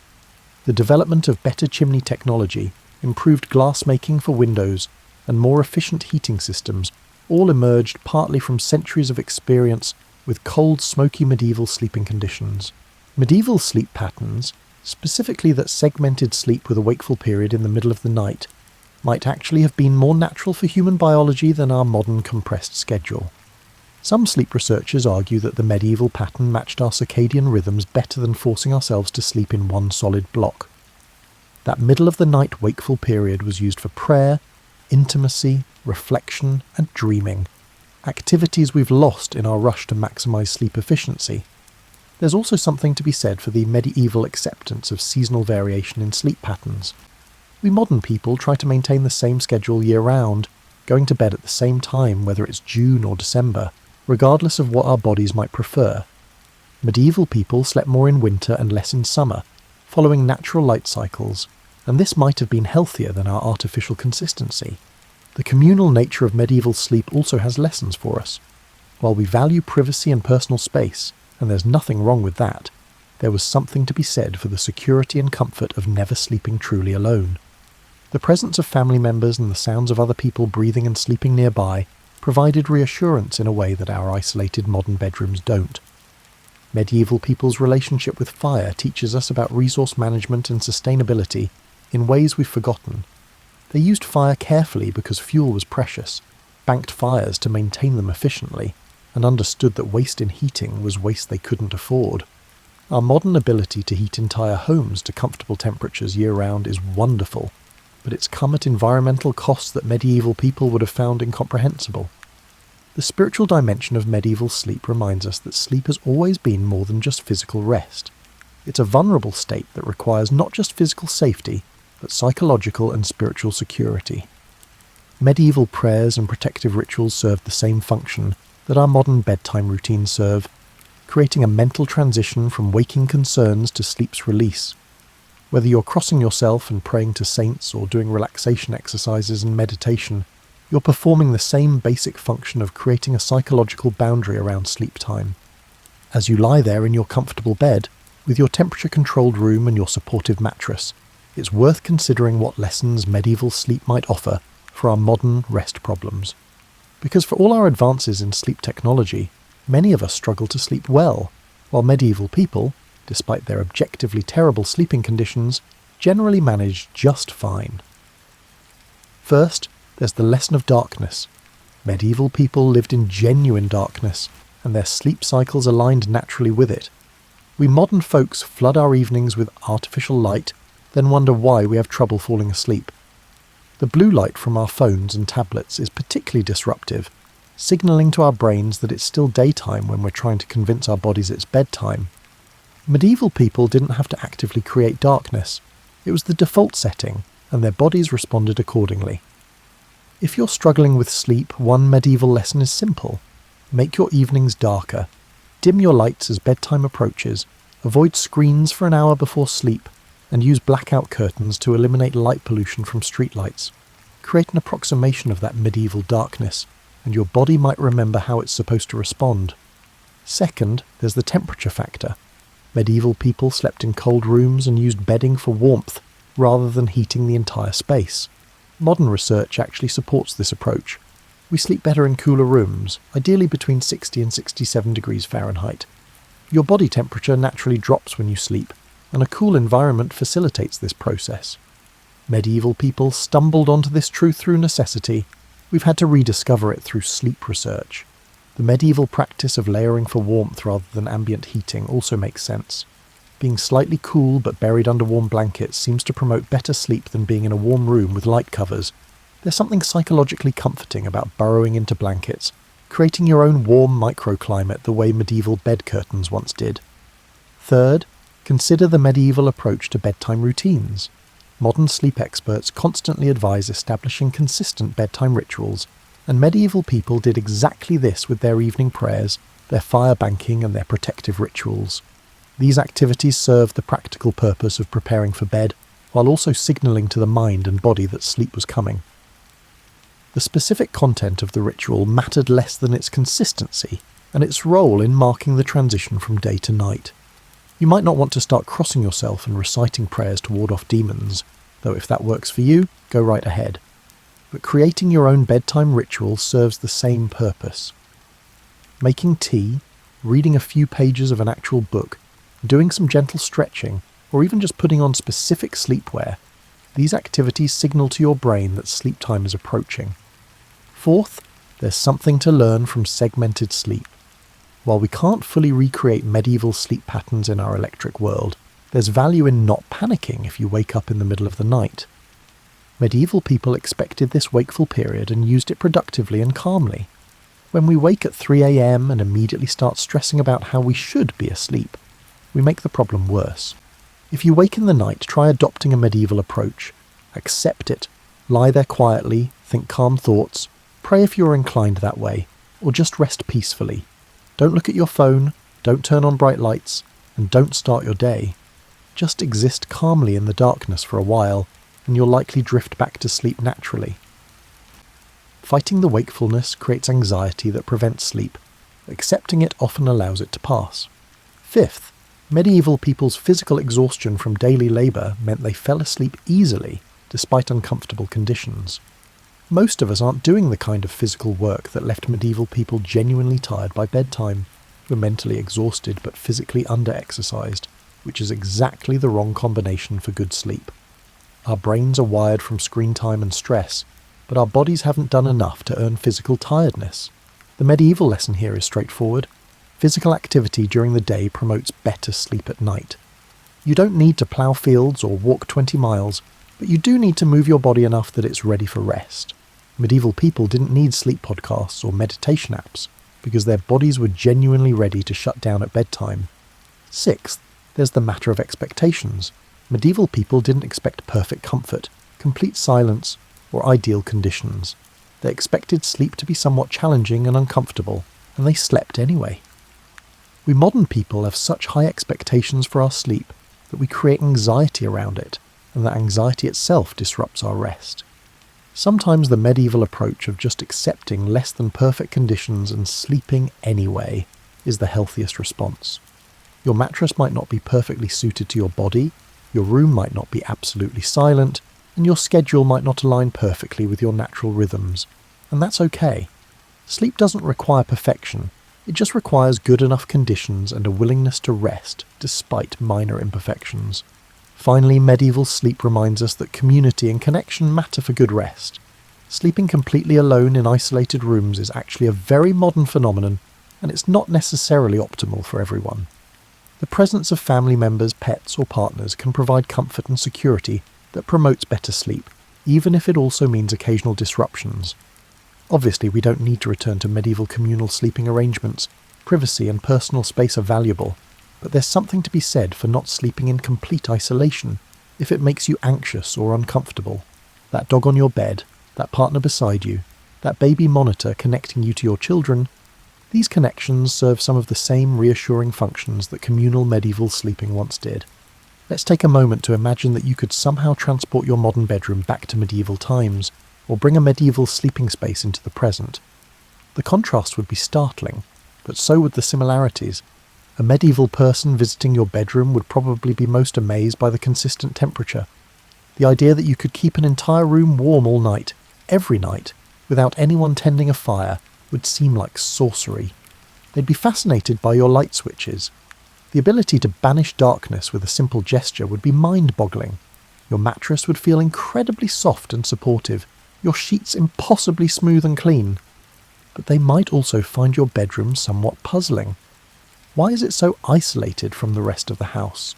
Why do you sleep alone when having others nearby would be warmer, safer, and more comforting? Why do you have so much space dedicated solely to sleeping when that space could serve multiple functions? And why are you struggling to fall asleep in these perfect conditions when they could sleep fine on a pile of straw? Conversely, if you were transported to a medieval bedchamber, you'd immediately notice the cold. Not just cool, but genuinely cold, in a way that makes you want to keep all your clothes on, which is exactly what you'd do. The smell would be your next observation. Wood smoke, unwashed bodies, old straw, cooking odours, and various other scents that we've trained ourselves not to tolerate. Your modern nose, accustomed to air fresheners and frequent laundering, would find the medieval bedroom environment challenging. The lack of privacy would probably bother you more than it bothered medieval people. Knowing that you're sharing sleeping space with family members, servants, or even strangers at an inn would feel intrusive. You'd miss your ability to retreat into your own space, close the door, and have genuine solitude. This privacy that we take for granted was a luxury almost unknown in medieval times. You'd also notice the darkness in a way medieval people didn't because they never knew anything else. When the sun set and candles were extinguished, it would be darker than almost anywhere you've experienced in modern life. That darkness would feel oppressive at first, maybe even frightening, until you adjusted to it the way medieval people lived with it every day. The sounds would be different too. Instead of the white noise of HVAC systems, refrigerators humming, or distant traffic, you'd hear the sounds of other people sleeping, breathing, snoring, shifting position, getting up to tend the fire or use the chamber pot. You'd hear animals both inside and outside the dwelling. You'd hear weather more directly because buildings weren't as well sealed. These organic sounds might actually be more soothing than modern mechanical noises, or they might keep you awake all night. People's responses would vary. The physical discomfort would be real and unavoidable. That straw mattress, or even a better wool-stuffed one, would feel lumpy, uneven, and unsupportive compared to your modern mattress with its carefully engineered layers. The blankets would be heavy and scratchy. You'd be cold on one side and too warm on the other. Your body would hurt from the poor support and awkward sleeping position you'd contort yourself into trying to get comfortable. Yet after a few nights, assuming you survived the adjustment period, you'd probably start to adapt. Your body would get used to the temperature variations, the firm sleeping surface, and the various discomforts. You'd find positions that worked reasonably well. You'd develop calluses, both physical and mental, against the conditions. And you'd sleep, because fundamentally humans are designed to sleep even in difficult circumstances. This thought experiment reveals something important. Comfort is relative and adaptive. What feels unbearably uncomfortable initially becomes tolerable, and eventually normal through repeated exposure. Medieval people weren't tougher than us in any genetic sense. They were just adapted to different conditions. Similarly, we're adapted to our comfortable modern conditions, which is why we find even minor deviations from optimal sleep environments so disturbing. It also highlights how much of sleep quality is mental, rather than purely physical. Medieval people slept in objectively terrible conditions, but didn't lie awake stressing about whether they'd get enough rest, or whether their sleep environment was optimized. They just went to bed and slept. We have objectively excellent sleeping conditions, but often struggle because we've created psychological barriers around sleep, expectations, anxieties and beliefs about what we need that may or may not be accurate. The technological advances we've made in sleep comfort are genuine improvements. Let's not romanticize medieval sleeping conditions, which were often genuinely miserable. But we've also lost some resilience in the process. We've become so dependent on perfect conditions that minor disruptions can ruin our sleep entirely. Medieval people's ability to sleep despite imperfect conditions is worth remembering when our own sleep environment isn't quite ideal.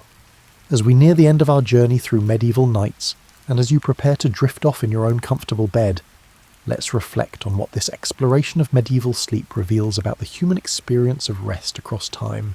Sleep is one of the most fundamental human experiences, something we share with our medieval ancestors and will share with future generations. The specific conditions change dramatically. The materials, the technology, the social arrangements, but the basic human need for rest, safety and renewal remains constant. A medieval person and a modern person both close their eyes at night, both drift into dreams, and both wake to face a new day. There's something oddly comforting about this continuity. For all the ways our world has changed, for all the technology we've developed, and the social structures we've built, we still need sleep just as much as medieval peasants did. We're not so different from them in this fundamental way.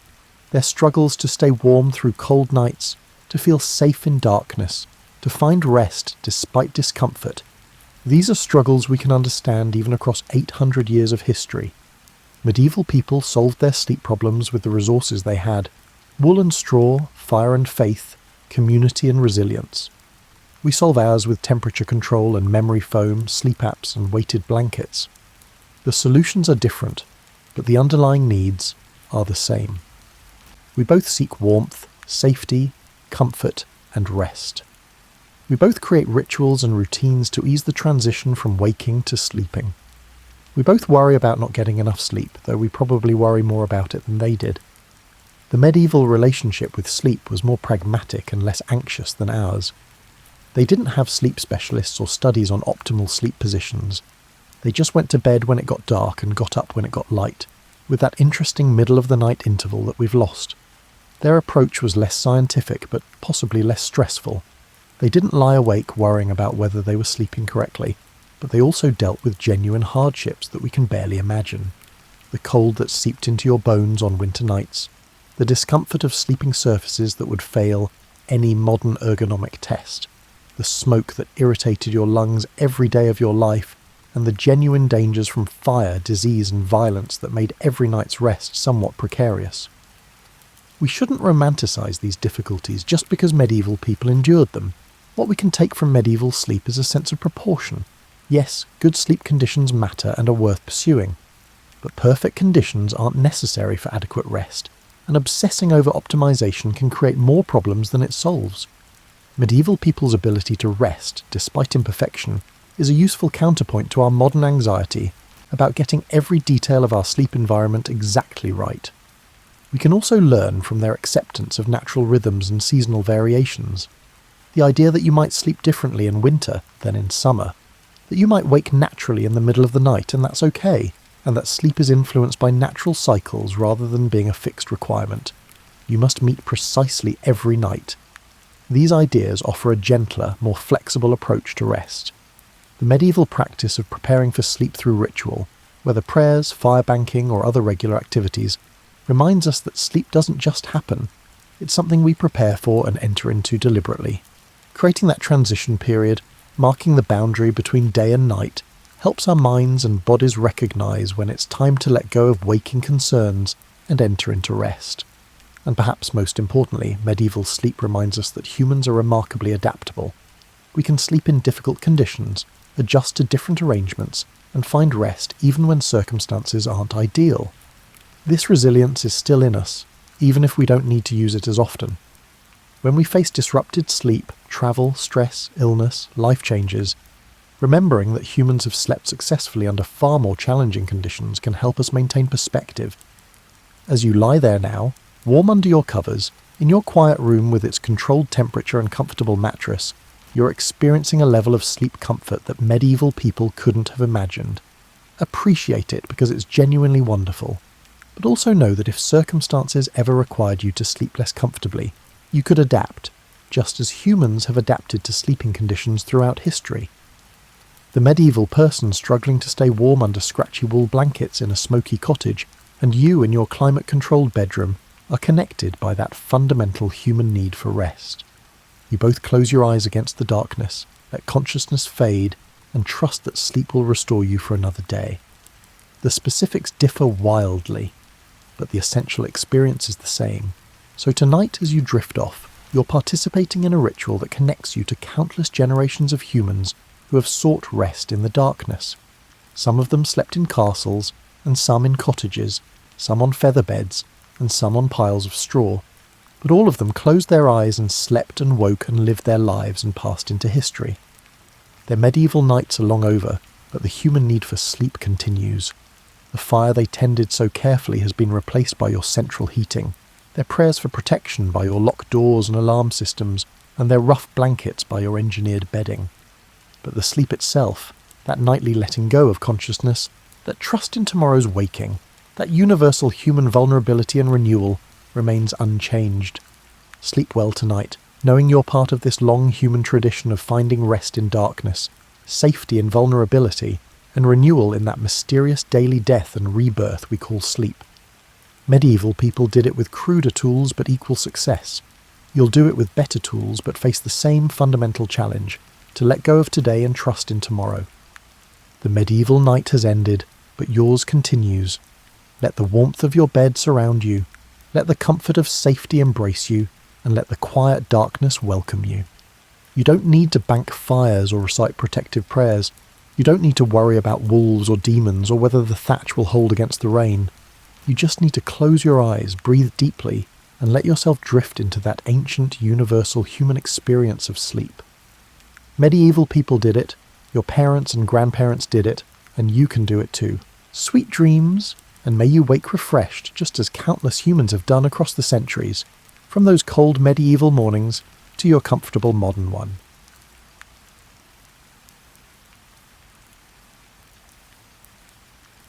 Alrighty, let's drift back to 1720, my favourite time period, somewhere in the hills of Massachusetts.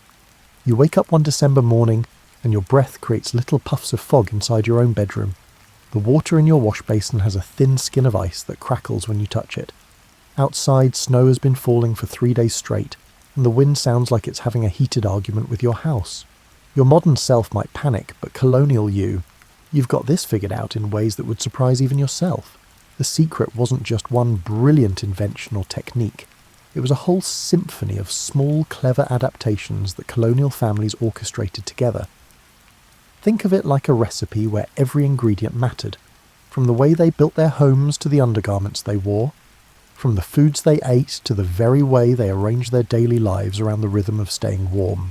Your colonial house wasn't trying to win any beauty contests. It was built like a fortress against winter, with every beam and board placed with survival in mind. The first thing you'd notice about colonial architecture is how these homes seem to huddle into themselves, like people pulling their coats tight against the cold. Those thick wooden walls weren't just for show. Colonial builders understood something that gets lost in our age of perfect insulation: thermal mass. Your walls were often filled with a mixture of clay, straw, and sometimes even seaweed. Yes, seaweed, that created a natural barrier against the cold. The walls breathed just enough to prevent moisture build-up, but held heat like a grandmother holds onto family recipes. The windows were small, and you might think that made the houses dark and gloomy, but colonial families knew that large windows were just expensive ways to let heat escape. Those tiny panes of glass, often no bigger than your hand, were practical gems. They let in enough light during the short winter days while keeping the warmth where it belonged, inside with you. But here's where colonial ingenuity really shines. The way they positioned their rooms. Your kitchen, the heart of winter warmth, sat at the centre of the house like a beating heart pumping heat through the arteries of hallways and doorways. The bedrooms clustered around this central warmth, and the coldest rooms, like storage areas or workshops, got pushed to the edges, where they acted as buffer zones against the winter winds. Those famously low ceilings that make tall modern visitors bump their heads? Pure genius. Heat rises, and colonial builders knew that an 8-foot ceiling meant your heat stayed where you could feel it, not floating uselessly above your head like hot air balloons of warmth drifting away. The colonial fireplace was the crown jewel of home heating, but not in the way you might expect. These weren't the decorative fireplaces of later eras. They were massive, practical beasts that could swallow whole logs and radiate heat like miniature suns. Your fireplace opening might be 4 feet wide and 3 feet tall, big enough to roast an entire pig if the mood struck you. The thick stone or brick construction absorbed heat during the day and released it slowly through the night, turning your fireplace into a thermal battery that kept giving long after the flames died down. Some colonial homes featured what were called beehive ovens, dome-shaped chambers built into the side of the main fireplace. You'd heat these by building a fire right inside the dome, then rake out the coals and slide in your bread, your stew, or whatever needed slow, even cooking. The thick walls of these ovens held heat for hours, turning them into auxiliary heaters that warmed the kitchen long after dinner was done. Your relationship with fire in colonial times was intimate in a way that modern people can barely imagine. Fire wasn't just something you turned on with a switch. It was a living thing that you fed, tended, and coaxed through the long winter months. Letting your fire die was like letting a beloved pet starve, except the consequences were much more dire. The art of fire maintenance began before winter even arrived. In late summer and early fall, you and your family would spend weeks gathering, cutting, and splitting firewood. A typical colonial family needed somewhere between 15 and 25 cords of wood to make it through winter. That's enough wood to fill a modern 2-car garage, floor to ceiling, twice over. Every tree that came down was evaluated like a job candidate. Hardwoods like oak and maple for long steady burns, softwoods like pine for quick heat and kindling, and different woods for different purposes. Hickory burned hot and long, perfect for those bitter January nights when the cold seemed to seep through solid walls. Applewood gave off a sweet scent that made the whole house smell like a bakery. Birch bark peeled off in perfect strips that caught fire faster than modern paper, making it precious as kindling. You learned to read wood like a book, the grain, the moisture content, and the way it split, all telling you how it would burn and when to use it. But here's something that might surprise you. Colonial families rarely let their fires burn out completely, even in summer. Instead, they banked their fires, covering the coals with ash to slow the burning to almost nothing, preserving a seed of fire that could be coaxed back to life when needed. Banking a fire was an art form. Too much ash and you'd smother it. Too little and you'd waste precious fuel. Get it right, and your fire would sleep peacefully under its blanket of ash, ready to wake up with just a gentle stirring and some fresh kindling. The fireplace tools weren't just functional. They were the surgical instruments of winter survival. Long-handled shovels for moving coals, bellows for breathing life into dying embers, and iron dogs, those metal stands that held logs, that were positioned just so to create the perfect airflow. Your poker wasn't just for stirring. It was for creating the architecture of your fire, building little log cabins and teepees that would burn efficiently and safely. Colonial families developed an almost mystical understanding of fire behaviour. They knew that a fire needed to breathe, that flames liked to dance upward and outward, and that different arrangements of logs created different types of heat. A tight stack burned slow and steady.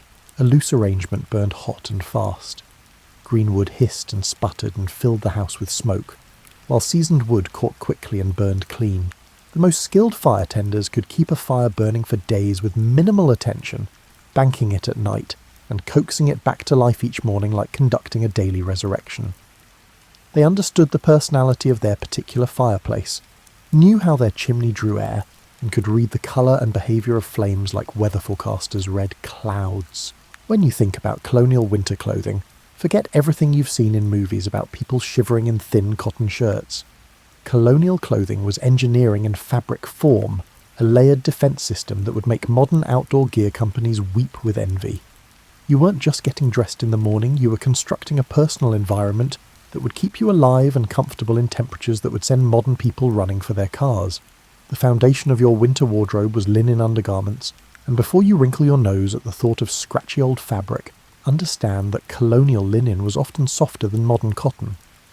These base layers weren't just underwear, they were your first line of defence against moisture and cold. Linen has this remarkable property of wicking moisture away from your skin while still providing insulation, and it got softer and more comfortable with every washing. Over your linen foundation, you'd add layers like building a textile fortress. Wool was your best friend, but not the itchy, harsh wool you might imagine. Colonial wool, especially when it was well processed, could be incredibly soft and warm. Your wool stockings came up to your knees and were often knitted with patterns that weren't just decorative. Different stitch patterns created different levels of thickness and insulation where you needed them most. Women wore multiple petticoats, sometimes 3 or 4 layers deep, creating a sort of textile balloon that trapped warm air around their legs. These weren't the dainty petticoats of later eras. They were serious winter gear, often made from wool or heavy linen, designed to create insulating air pockets while still allowing for movement. The outermost petticoat might be made from a tightly woven wool that shed water and blocked wind. Your stays, what we might call a corset, weren't just about fashion. They provided crucial support for your back during heavy work and created another layer of insulation around your torso. Made from sturdy linen or leather and often lined with wool, stays were like wearing a warm, supportive hug all day long. Men's clothing followed similar principles but with different execution. Your shirt was long, extending down to mid-thigh, providing extra coverage and warmth. Over this came your waistcoat, essentially a sleeveless jacket that provided another insulating layer around your core. Your breeches were often made from leather or heavy wool, and they fit snugly to prevent heat loss, while allowing for the physical work that winter demanded. But the real genius of colonial winter clothing was in the extremities. Your hands and feet were far from your heart's warming influence, and colonial clothing makers knew that keeping these warm was crucial for overall comfort. Mittens were preferred over gloves, because keeping your fingers together shared warmth more efficiently. These weren't the thin mittens you see today. They were often made from thick wool or even fur, sometimes with leather palms for durability. Colonial stockings were architectural marvels in their own right. Hand-knitted from wool, they were designed with reinforced heels and toes, and the best ones were knitted in patterns that created thicker insulation over the areas that needed it most. The tops of the stockings were often knitted with patterns that helped them grip your leg, preventing the cold drafts that would sneak in if your stocking slipped down. Your outer garments were where colonial clothing really showed off. Cloaks and greatcoats weren't just large, they were designed to create a personal microclimate around your entire body. A properly made cloak could wrap around you completely, creating a tent-like space that held your body heat. Some cloaks had hoods lined with fur or soft wool that could seal around your head, and the best ones were made from tightly woven wool that shed water and blocked wind while still allowing your body to breathe. The materials themselves were chosen with scientific precision. Wool from different animals had different properties: sheep's wool for general use, rabbit fur for extreme warmth, and beaver fur for water resistance. Colonial families knew that a rabbit fur lining in your hat could make the difference between comfort and misery during a long winter walk, and that beaver fur trim on your cloak would shed snow and sleet like armour. Your colonial kitchen in winter wasn't just about cooking. It was about strategic fuel management for your body's internal furnace. Colonial families understood something that modern nutritionists are just rediscovering: that food isn't just about nutrients, it's about providing the specific types of energy your body needs to generate heat and maintain warmth in challenging conditions. Winter meals were rich, hearty affairs that would make modern dietitians clutch their calculators in horror, but every calorie had a purpose. Fat wasn't the enemy. It was your body's most efficient heating fuel, providing more than twice the energy per gram as protein or carbohydrates. Your winter diet included generous amounts of butter, cream, salt pork and beef fat, all carefully preserved and stored to provide the high-energy fuel your body craved in cold weather. But colonial cooks were too smart to just pile on the fat randomly.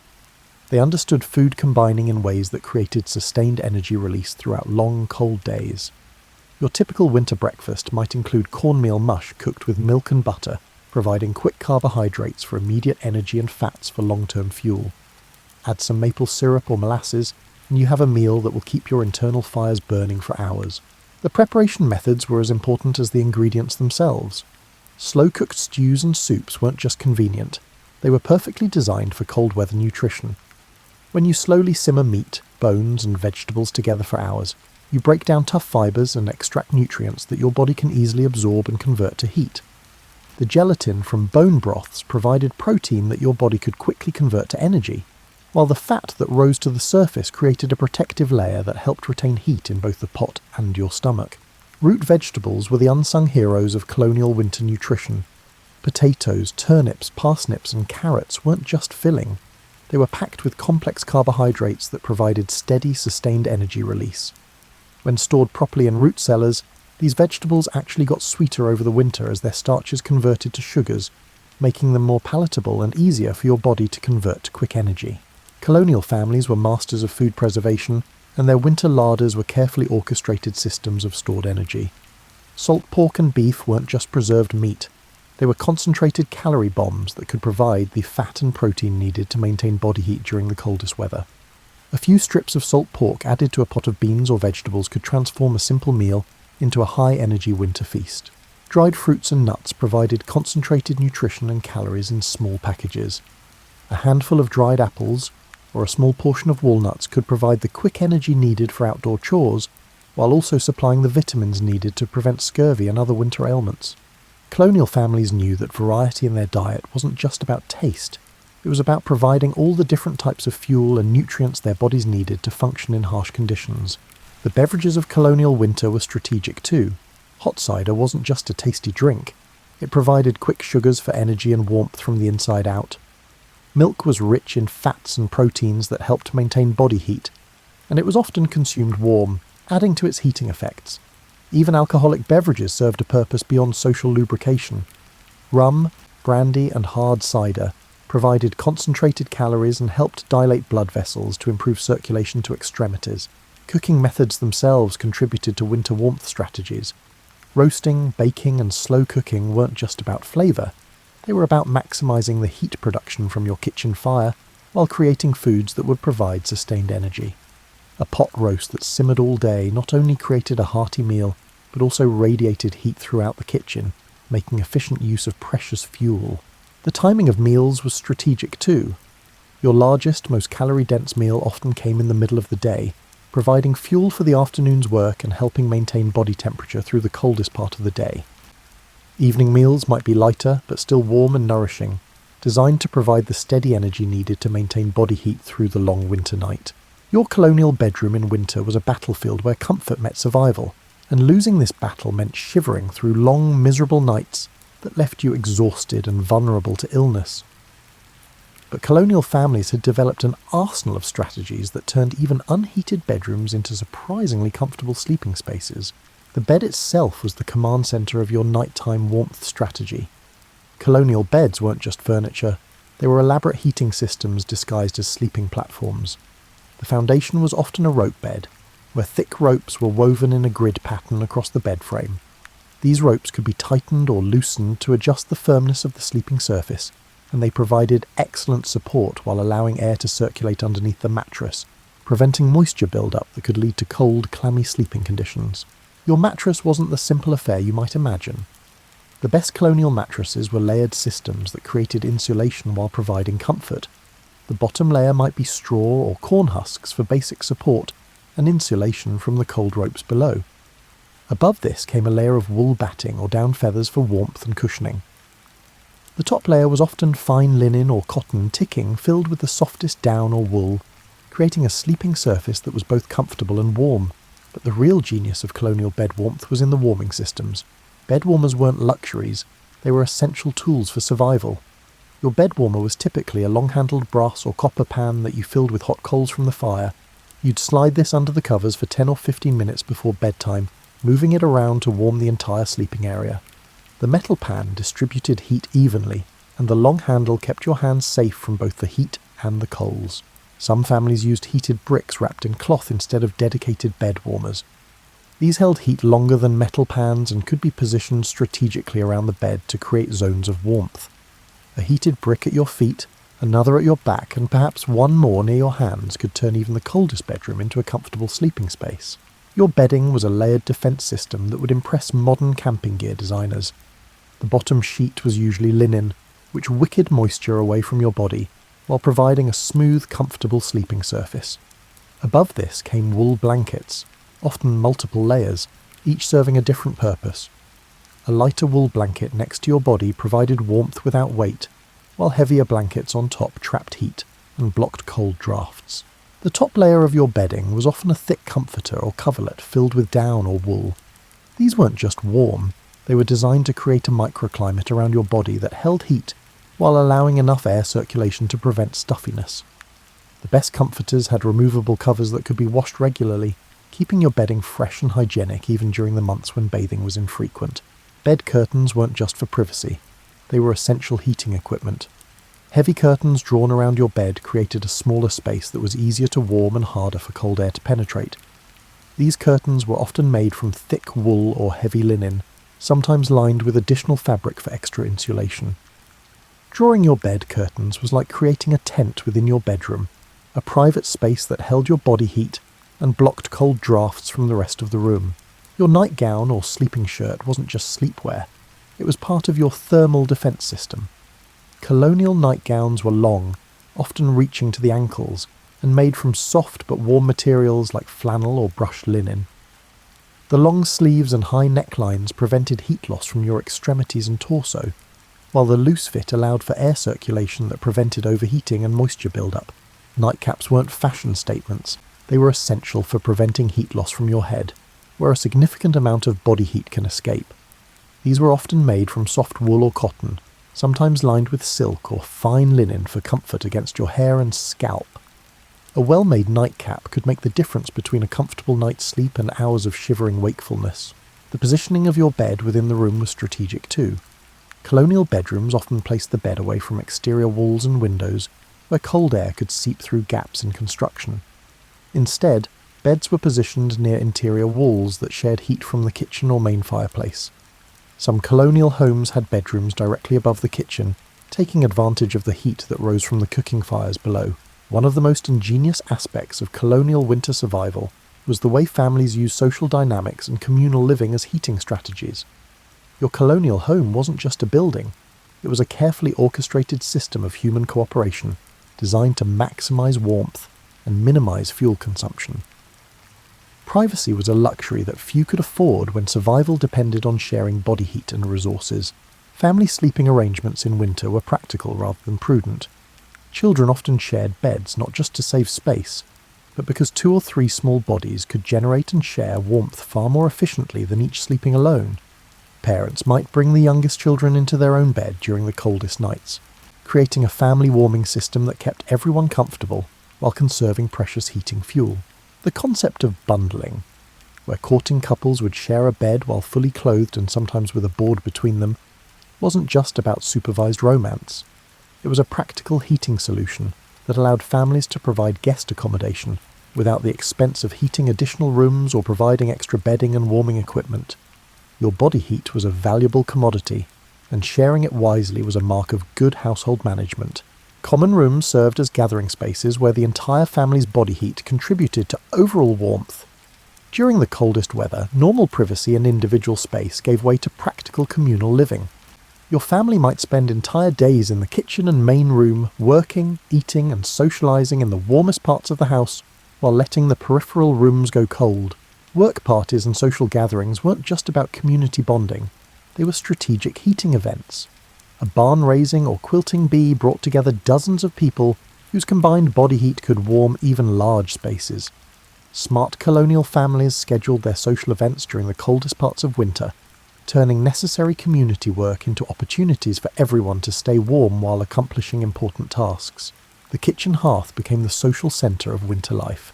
and colonial families arranged their activities to take maximum advantage of its warmth.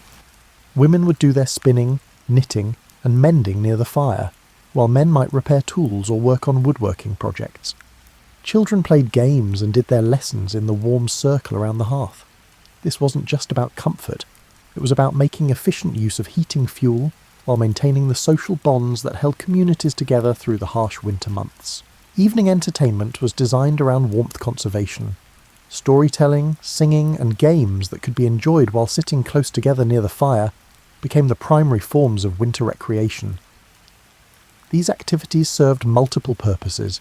They provided mental stimulation during the long, dark evenings, they kept people sedentary and close to heat sources, and they reinforced the social connections that were essential for community survival. Even religious practices adapted to winter heating realities. Church services in winter were often shorter than summer services, and churches developed strategies like foot warmers, small, portable braziers that could be filled with coals from home and carried to church to provide personal heating during long services. Some congregations would pack into smaller spaces during winter, using their combined body heat to make worship more comfortable. Community resource sharing was another form of social heating. Families would coordinate their heating and cooking schedules to maximize efficiency, perhaps taking turns hosting large meals that could feed multiple families while requiring only one fire, or sharing the use of large ovens for baking bread or roasting meat. These arrangements saved fuel while strengthening community bonds. The concept of neighbouring, helping nearby families with tasks that were easier done in groups, became especially important during winter. Butchering, woodcutting, and food preservation were often community activities that brought people together for warmth, efficiency, and safety. These work parties provided opportunities for social interaction during isolated winter months, while accomplishing necessary tasks more efficiently than individual families could manage alone.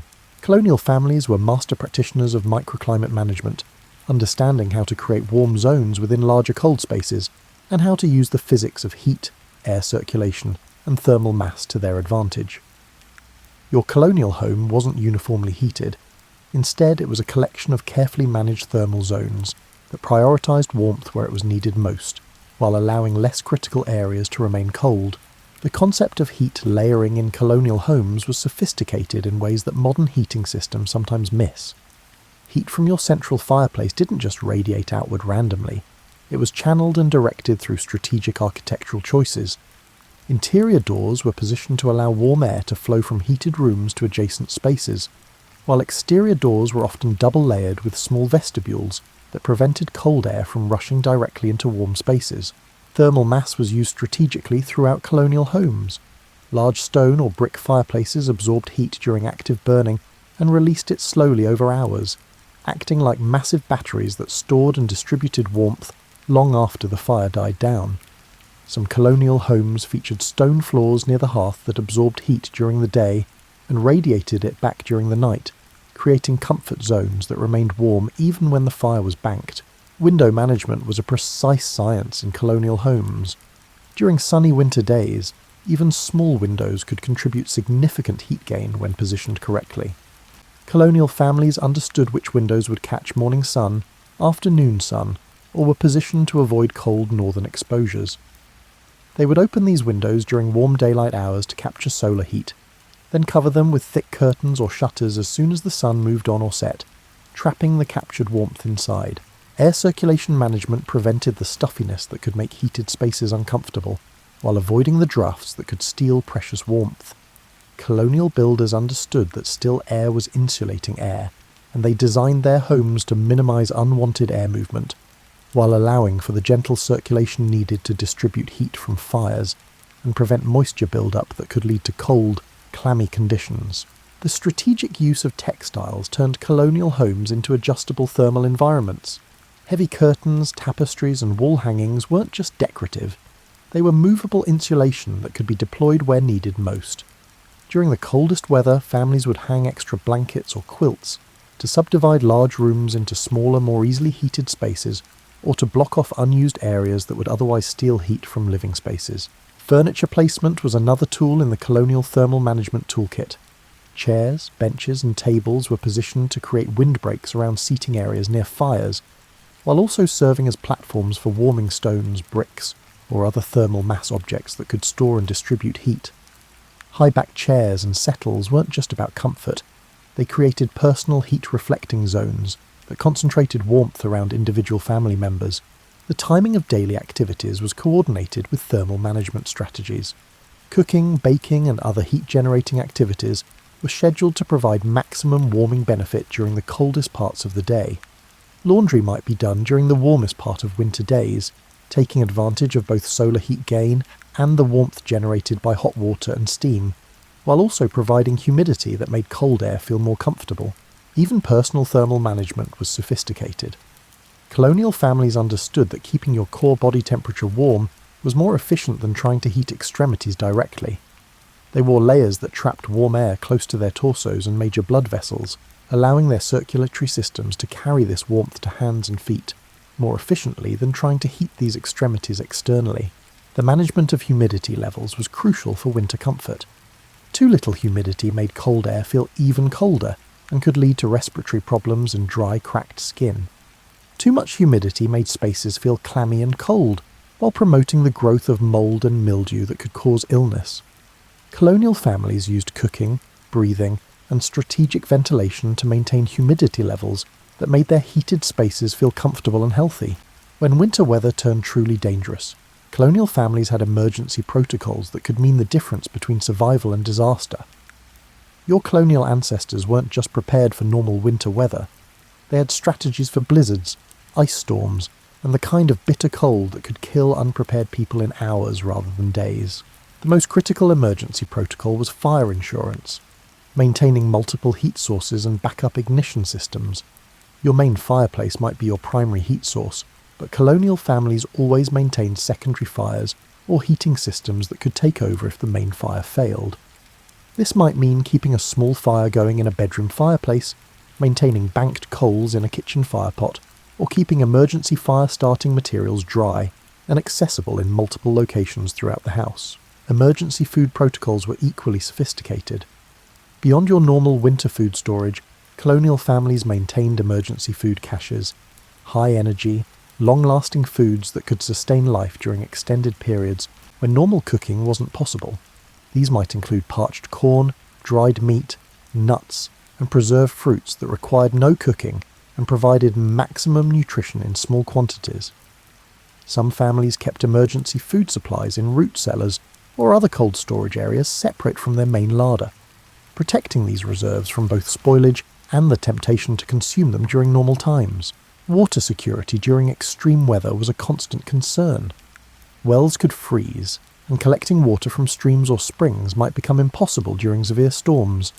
Colonial families stored water in multiple containers throughout their homes, often keeping some near heat sources to prevent freezing while storing larger quantities in areas that stayed cool enough to prevent spoilage. Emergency water included not just drinking water, but also supplies for cooking, basic hygiene, and firefighting if chimney fires or other heating-related disasters occurred.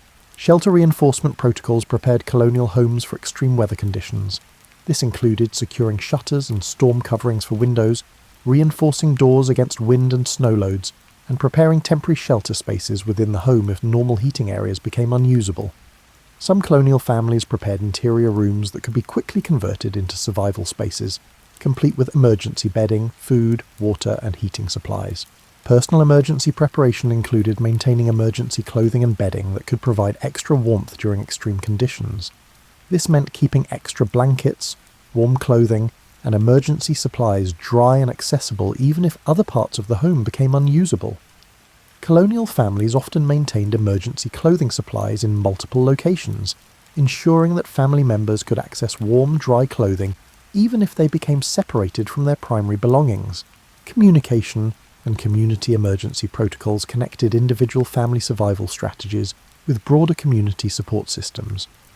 Colonial communities developed systems for checking on isolated families during extreme weather, sharing resources during emergencies, and coordinating rescue efforts when families became stranded or endangered. These systems included prearranged signals, shared emergency supplies, and community spaces that could serve as warming centres if individual homes became uninhabitable. Medical emergency protocols addressed the health crises that extreme cold could create. Colonial families maintained supplies and knowledge for treating frostbite, hypothermia, and the respiratory problems that cold, dry air could cause. They understood that maintaining body temperature was crucial for fighting off illness, and they had strategies for caring for sick family members that prioritised warmth while providing necessary medical attention. Recovery protocols helped families restore normal operations after extreme weather events. This included procedures for safely assessing and repairing weather damage, restoring normal heating and cooking operations, and replenishing emergency supplies that had been consumed during the crisis. Colonial families understood that surviving one emergency was only valuable if you were prepared for the next one. Winter warmth in colonial times wasn't just about comfort and survival. It was about careful resource management and economic strategy. Every piece of firewood, every calorie of food, and every hour of labour spent on heating had to be balanced against other needs and the limited resources that had to last through the entire winter season. Fuel budgeting was as important as food budgeting for colonial families. Your wood supply wasn't just a pile of logs, it was a carefully calculated resource that had to be managed with the same precision as money in a bank account. Families tracked their wood consumption, adjusted their burning practices based on weather forecasts and remaining supplies, and made strategic decisions about when to burn premium hardwoods versus when to make do with less efficient fuel. The labour economics of staying warm were equally complex. Every hour spent cutting, splitting and stacking firewood was an hour that couldn't be spent on other necessary tasks. Colonial families had to balance the immediate need for heating fuel against the long-term need for food production, home maintenance and income-generating activities. This led to sophisticated time management strategies that maximised the efficiency of heating-related work. Resource sharing and bartering created community economies of warmth. Families might trade surplus firewood for food, exchange labour for heating supplies, or share specialised tools and equipment that made heating more efficient. A family with superior wood-cutting tools might provide firewood preparation services in exchange for other goods, while families with large ovens might do community baking in exchange for fuel to heat their ovens. The cost-benefit analysis of different heating strategies was constantly evolving throughout the winter season. Early in winter, when fuel supplies were abundant, families might heat more rooms and maintain higher temperatures. As supplies dwindled and the coldest weather approached, they would retreat to smaller, more efficiently heated spaces and lower their overall heating standards to stretch remaining fuel through the end of winter. Investment in heating efficiency paid long-term dividends for colonial families. Better-built fireplaces, improved chimney design, and high-quality heating tools might require significant upfront investment, but they could reduce fuel consumption and labour requirements over multiple winter seasons. Families that could afford these improvements often found that they could maintain comfort with less fuel while having surplus resources to trade or to provide security against particularly harsh winters. The economics of clothing and textiles for winter warmth involved similar calculations. High-quality wool clothing and bedding required significant investment in materials and labour, but provided superior warmth and durability compared to cheaper alternatives.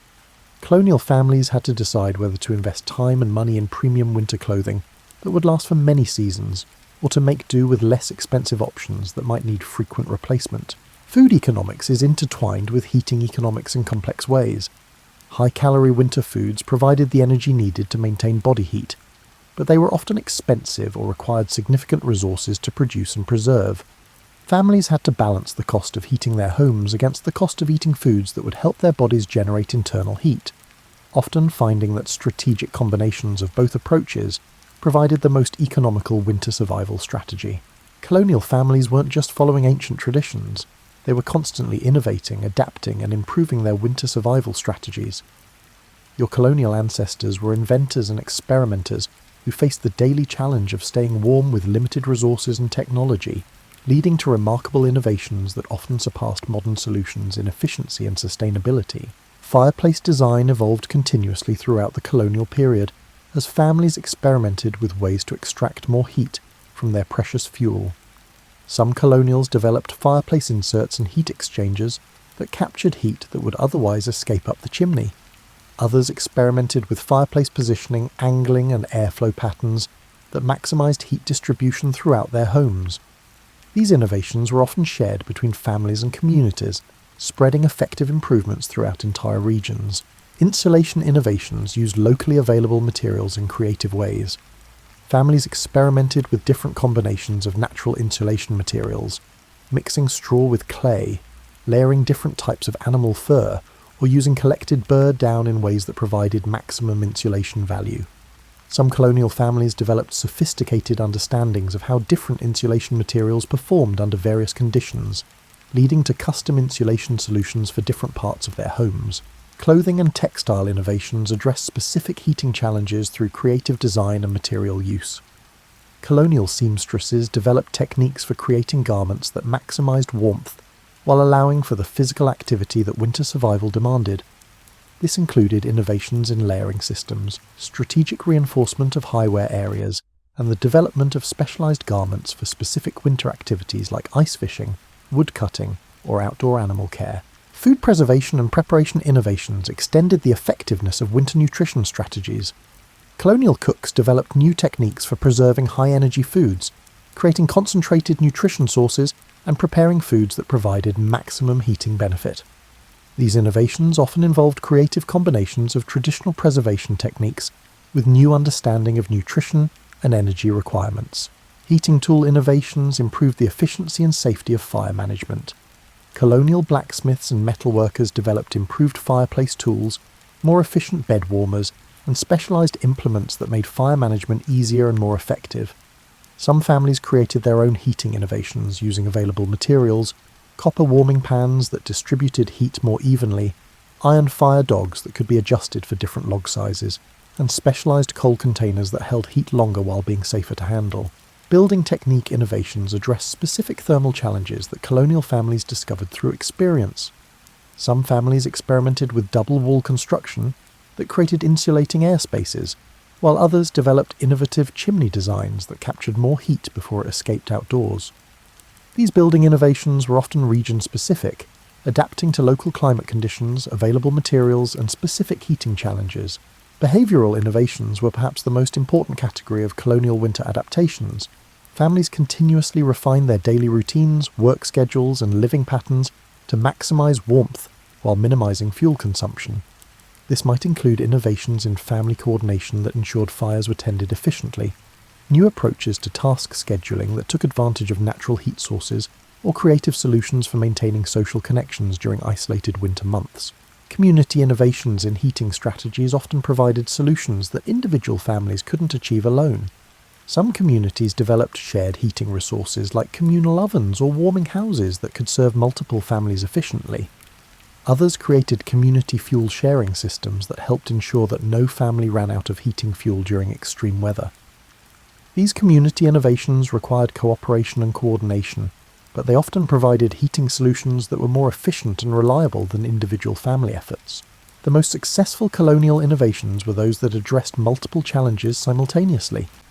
A design improvement that made a fireplace burn more efficiently, while also making it safer to operate, or a food preservation technique that created high-energy winter foods, while also reducing storage space requirements.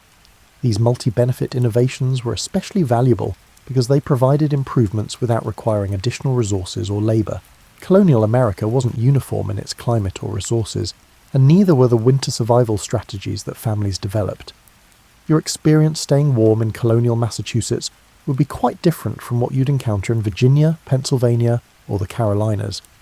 Each region developed specialised approaches to winter warmth that took advantage of local resources, climate patterns, and cultural traditions.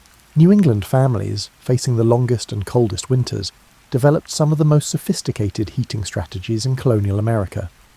The combination of harsh weather, abundant forests, and strong community traditions created innovations like the famous New England saltbox house design, where the long, sloping rear roof provided excellent wind protection, while the compact interior layout maximised heating efficiency.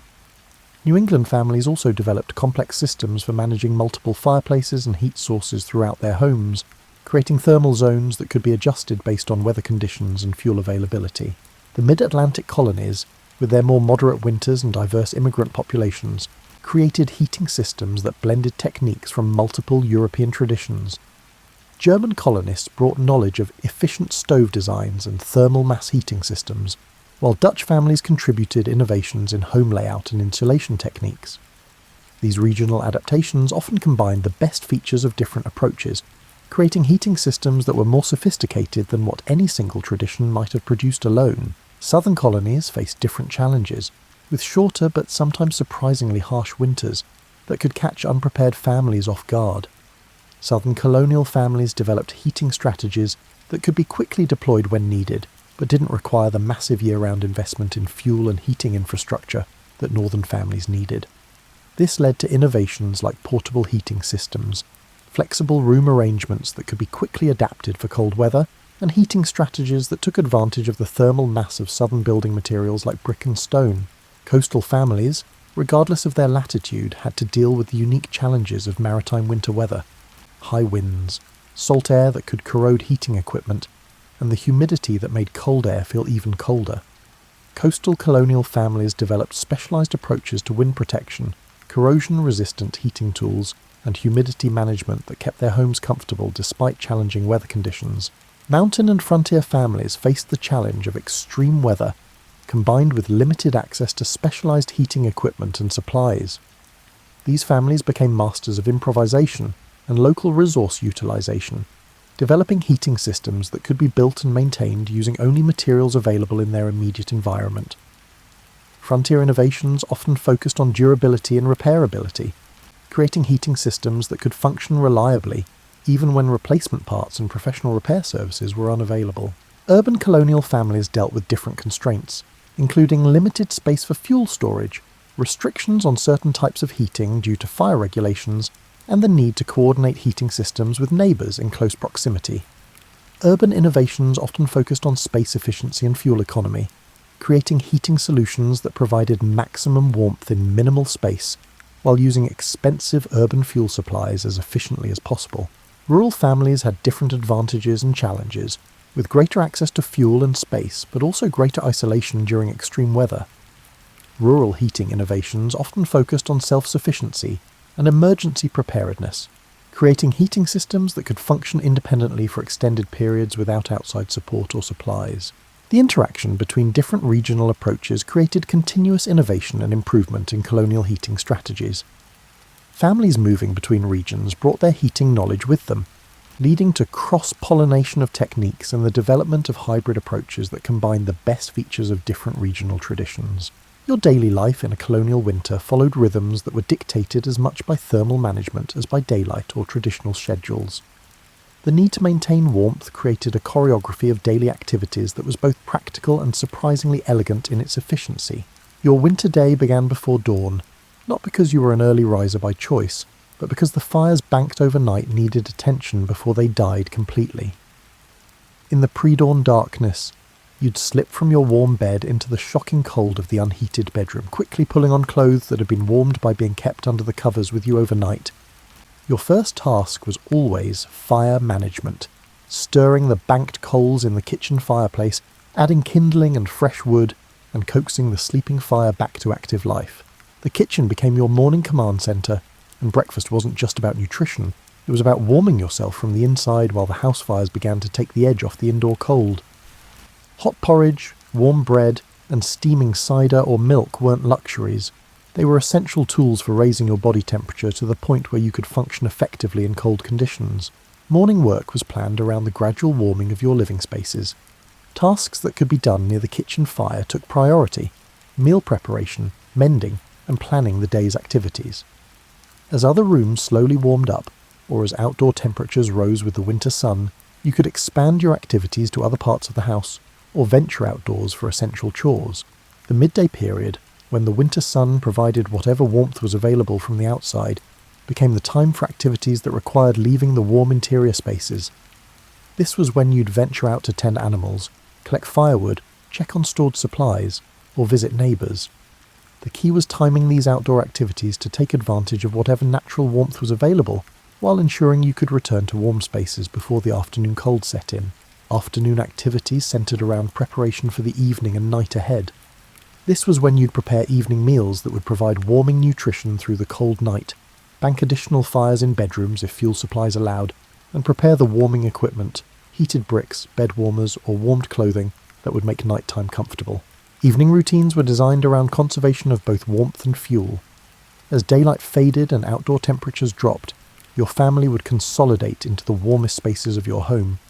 This was the time for activities that could be done while sitting close together near the fire: storytelling, music, games, handwork, or simply quiet conversation that reinforced family bonds while conserving body heat and heating fuel. The transition to sleep involved careful thermal management that could determine whether you'd sleep comfortably or shiver through a miserable night. Bed preparation wasn't just about clean sheets. It was about ensuring that your sleeping space would retain the warmth generated by heated bricks or bed warmers, and that your bedding layers were arranged to trap body heat while preventing moisture build-up that could make you cold and clammy. Nighttime brought its own thermal challenges and opportunities. Your banked fires needed to provide enough heat to prevent interior temperatures from dropping to dangerous levels, while also conserving enough fuel to make it through to morning. Some families maintained watch schedules during the coldest nights, ensuring that someone was awake to tend fires and address any heating emergencies that might arise. Weekly and seasonal rhythms also revolved around thermal management. Certain tasks, like major cooking projects, laundry or craft work, were scheduled for the warmest days or times when heating systems were already operating at full capacity. Community activities and social gatherings were planned to take advantage of shared body heat while accomplishing necessary work or maintaining social connections. Weather prediction became a crucial skill for managing these thermal rhythms. Colonial families developed sophisticated abilities to read weather signs and predict temperature changes, allowing them to adjust their heating strategies, activity schedules, and fuel consumption patterns in anticipation of changing conditions. A family that could accurately predict a cold snap could prepare their heating systems and adjust their routines to weather the temperature drop comfortably, while a family caught off guard might struggle through several miserable days of inadequate warmth. Colonial children weren't just smaller adults when it came to winter survival. They required specialized heating strategies that took into account their higher surface area to body mass ratio, their tendency to lose heat more quickly than adults, and their need for protection while still learning the skills necessary for winter survival. Your colonial children's clothing was engineering designed for small bodies with different thermal needs. Children's winter clothing often included extra layers around the torso, where vital organs needed protection, while allowing for the active movement that children required. Small hands and feet, being furthest from the heart's warming circulation, received special attention with multiple layers of mittens and stockings, often made from the softest and warmest materials available. Sleeping arrangements for children prioritized warmth over privacy. Small children often shared beds not just for space efficiency, but because their combined body heat provided better warmth than individual sleeping spaces. Parents would position children's beds near heat sources when possible, or bring small children into the master bed during the coldest nights, using parental body heat to ensure that developing bodies stayed warm enough to grow and thrive. Children's daily routines were modified to minimize their exposure to extreme cold, while still allowing them to learn essential skills. Young children might be kept in the kitchen and main rooms during the coldest weather, learning domestic skills near the warmth of fires, while older children gradually took on outdoor responsibilities as their bodies developed the ability to handle cold exposure safely. Educational activities were adapted to winter heating realities. Children learned reading, writing, and arithmetic while sitting close to fires, and many traditional children's games and activities were designed to be played in warm, confined spaces. Storytelling, singing, and memory games weren't just entertainment. They were educational tools that could be used while the entire family huddled together for warmth. Food requirements for colonial children during winter reflected their need for energy to fuel both growth and heat production. Children's winter diets often included extra fats and high-energy foods, and parents would ensure that children had access to warm foods and drinks throughout the day to help maintain their body temperature and provide the calories needed for proper development. Child safety around heating systems required constant vigilance and specialized equipment. Fire guards, specialized clothing that couldn't easily catch fire, and careful supervision ensured that children could benefit from heating systems without being endangered by them. Children learned fire safety and heating system management as essential life skills, but always under close adult supervision. The development of winter survival skills in children was a gradual process that began early and progressed through increasingly complex responsibilities. Young children might begin by learning to bank fires or arrange kindling, while older children took on more complex tasks like managing fuel supplies or maintaining heating equipment. This skill development was essential for preparing children to eventually manage their own winter survival as adults. Community support systems often provided additional resources for keeping children warm during extreme weather.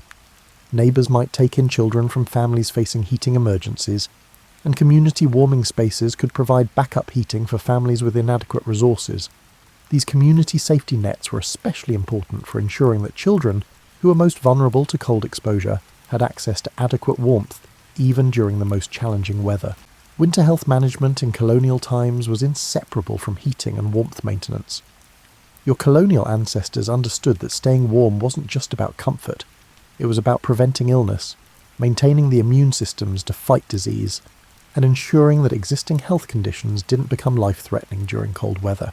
Respiratory health was a primary concern during colonial winters, and heating strategies were designed to address the dry, cold air that could damage lungs and airways.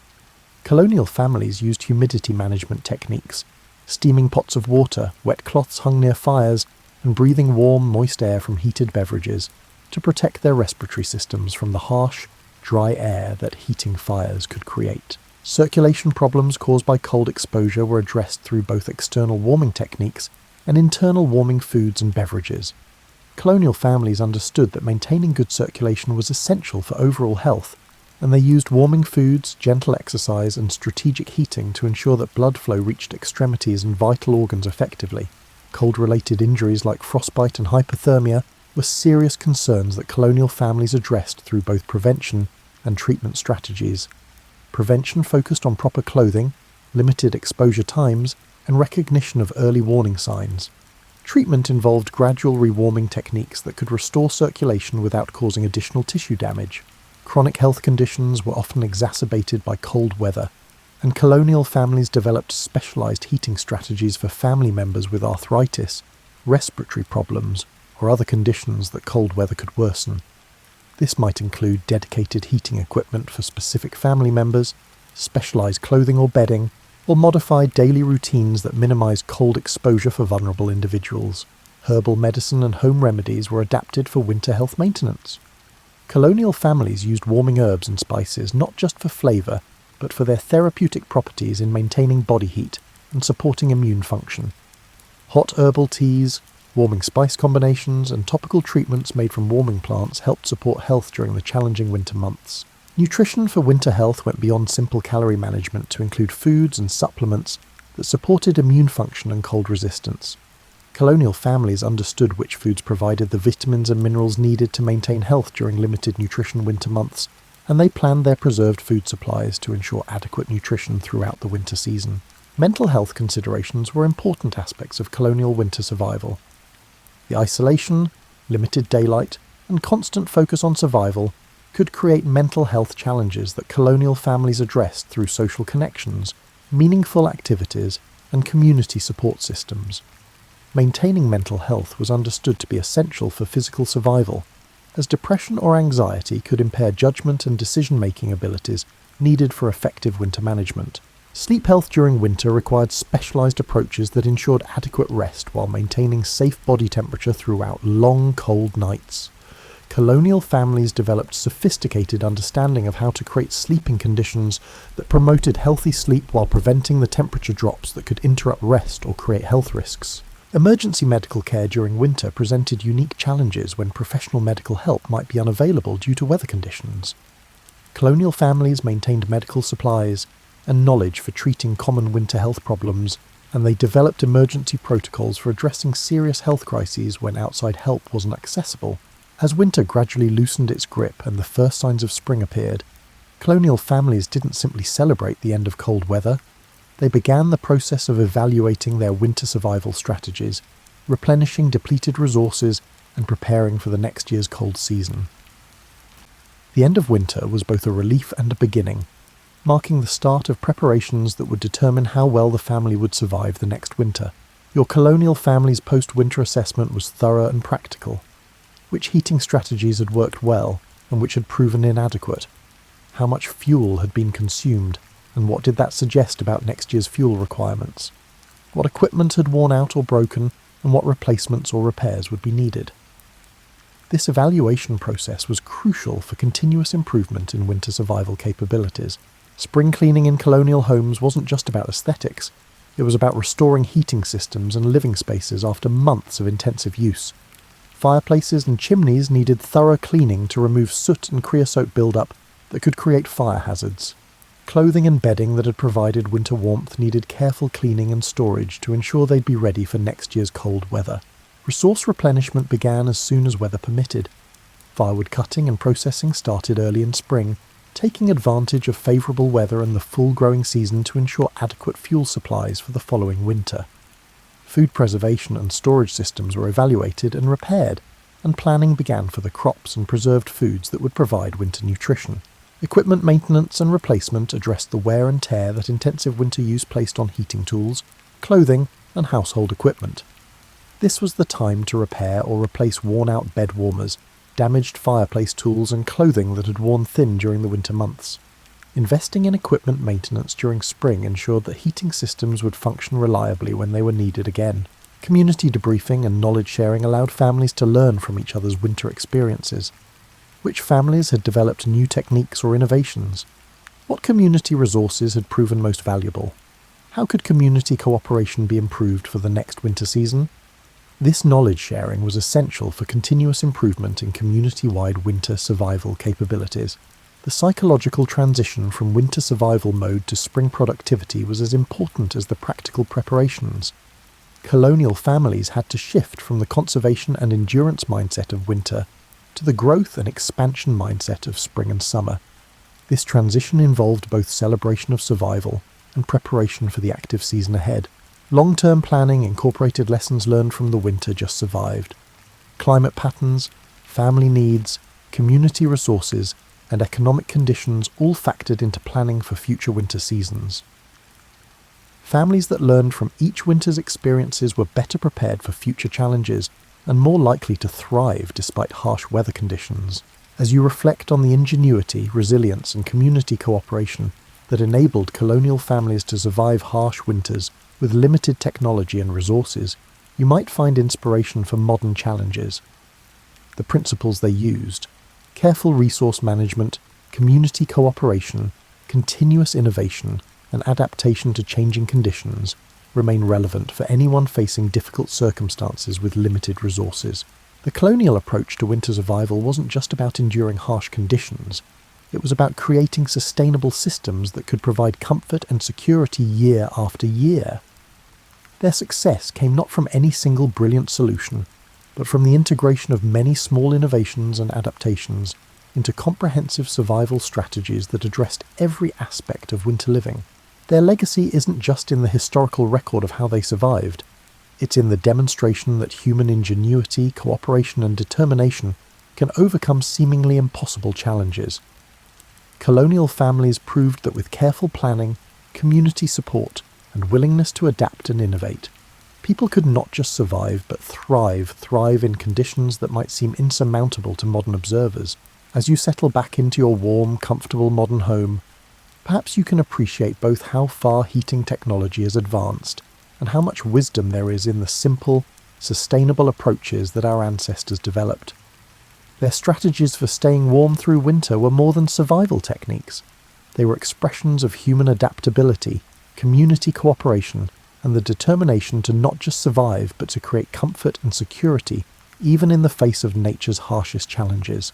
The next time you adjust your thermostat with the flip of a switch, or slip into a warm bed without thinking about heated bricks or bed warmers, you might remember the colonial families who turned the challenge of staying warm into an art form of survival, innovation, and community cooperation that sustained them through countless harsh winters and created the foundation for the communities we know today. Their story reminds us that human comfort and security don't depend solely on advanced technology. They depend on ingenuity, preparation, community cooperation, and the willingness to adapt our methods to meet our challenges. In their success at creating warmth and comfort with simple tools and natural resources, colonial families left us a legacy of practical wisdom that remains relevant whenever we face the challenge of creating security and comfort with limited resources. And as winter settles around your own home tonight, and you drift off to sleep in the warmth and security that modern heating provides, you can do so with appreciation for both the comfort you enjoy and the ingenuity of those who came before, who proved that with determination, cooperation, and creativity, humans can create warmth and security even in the coldest circumstances.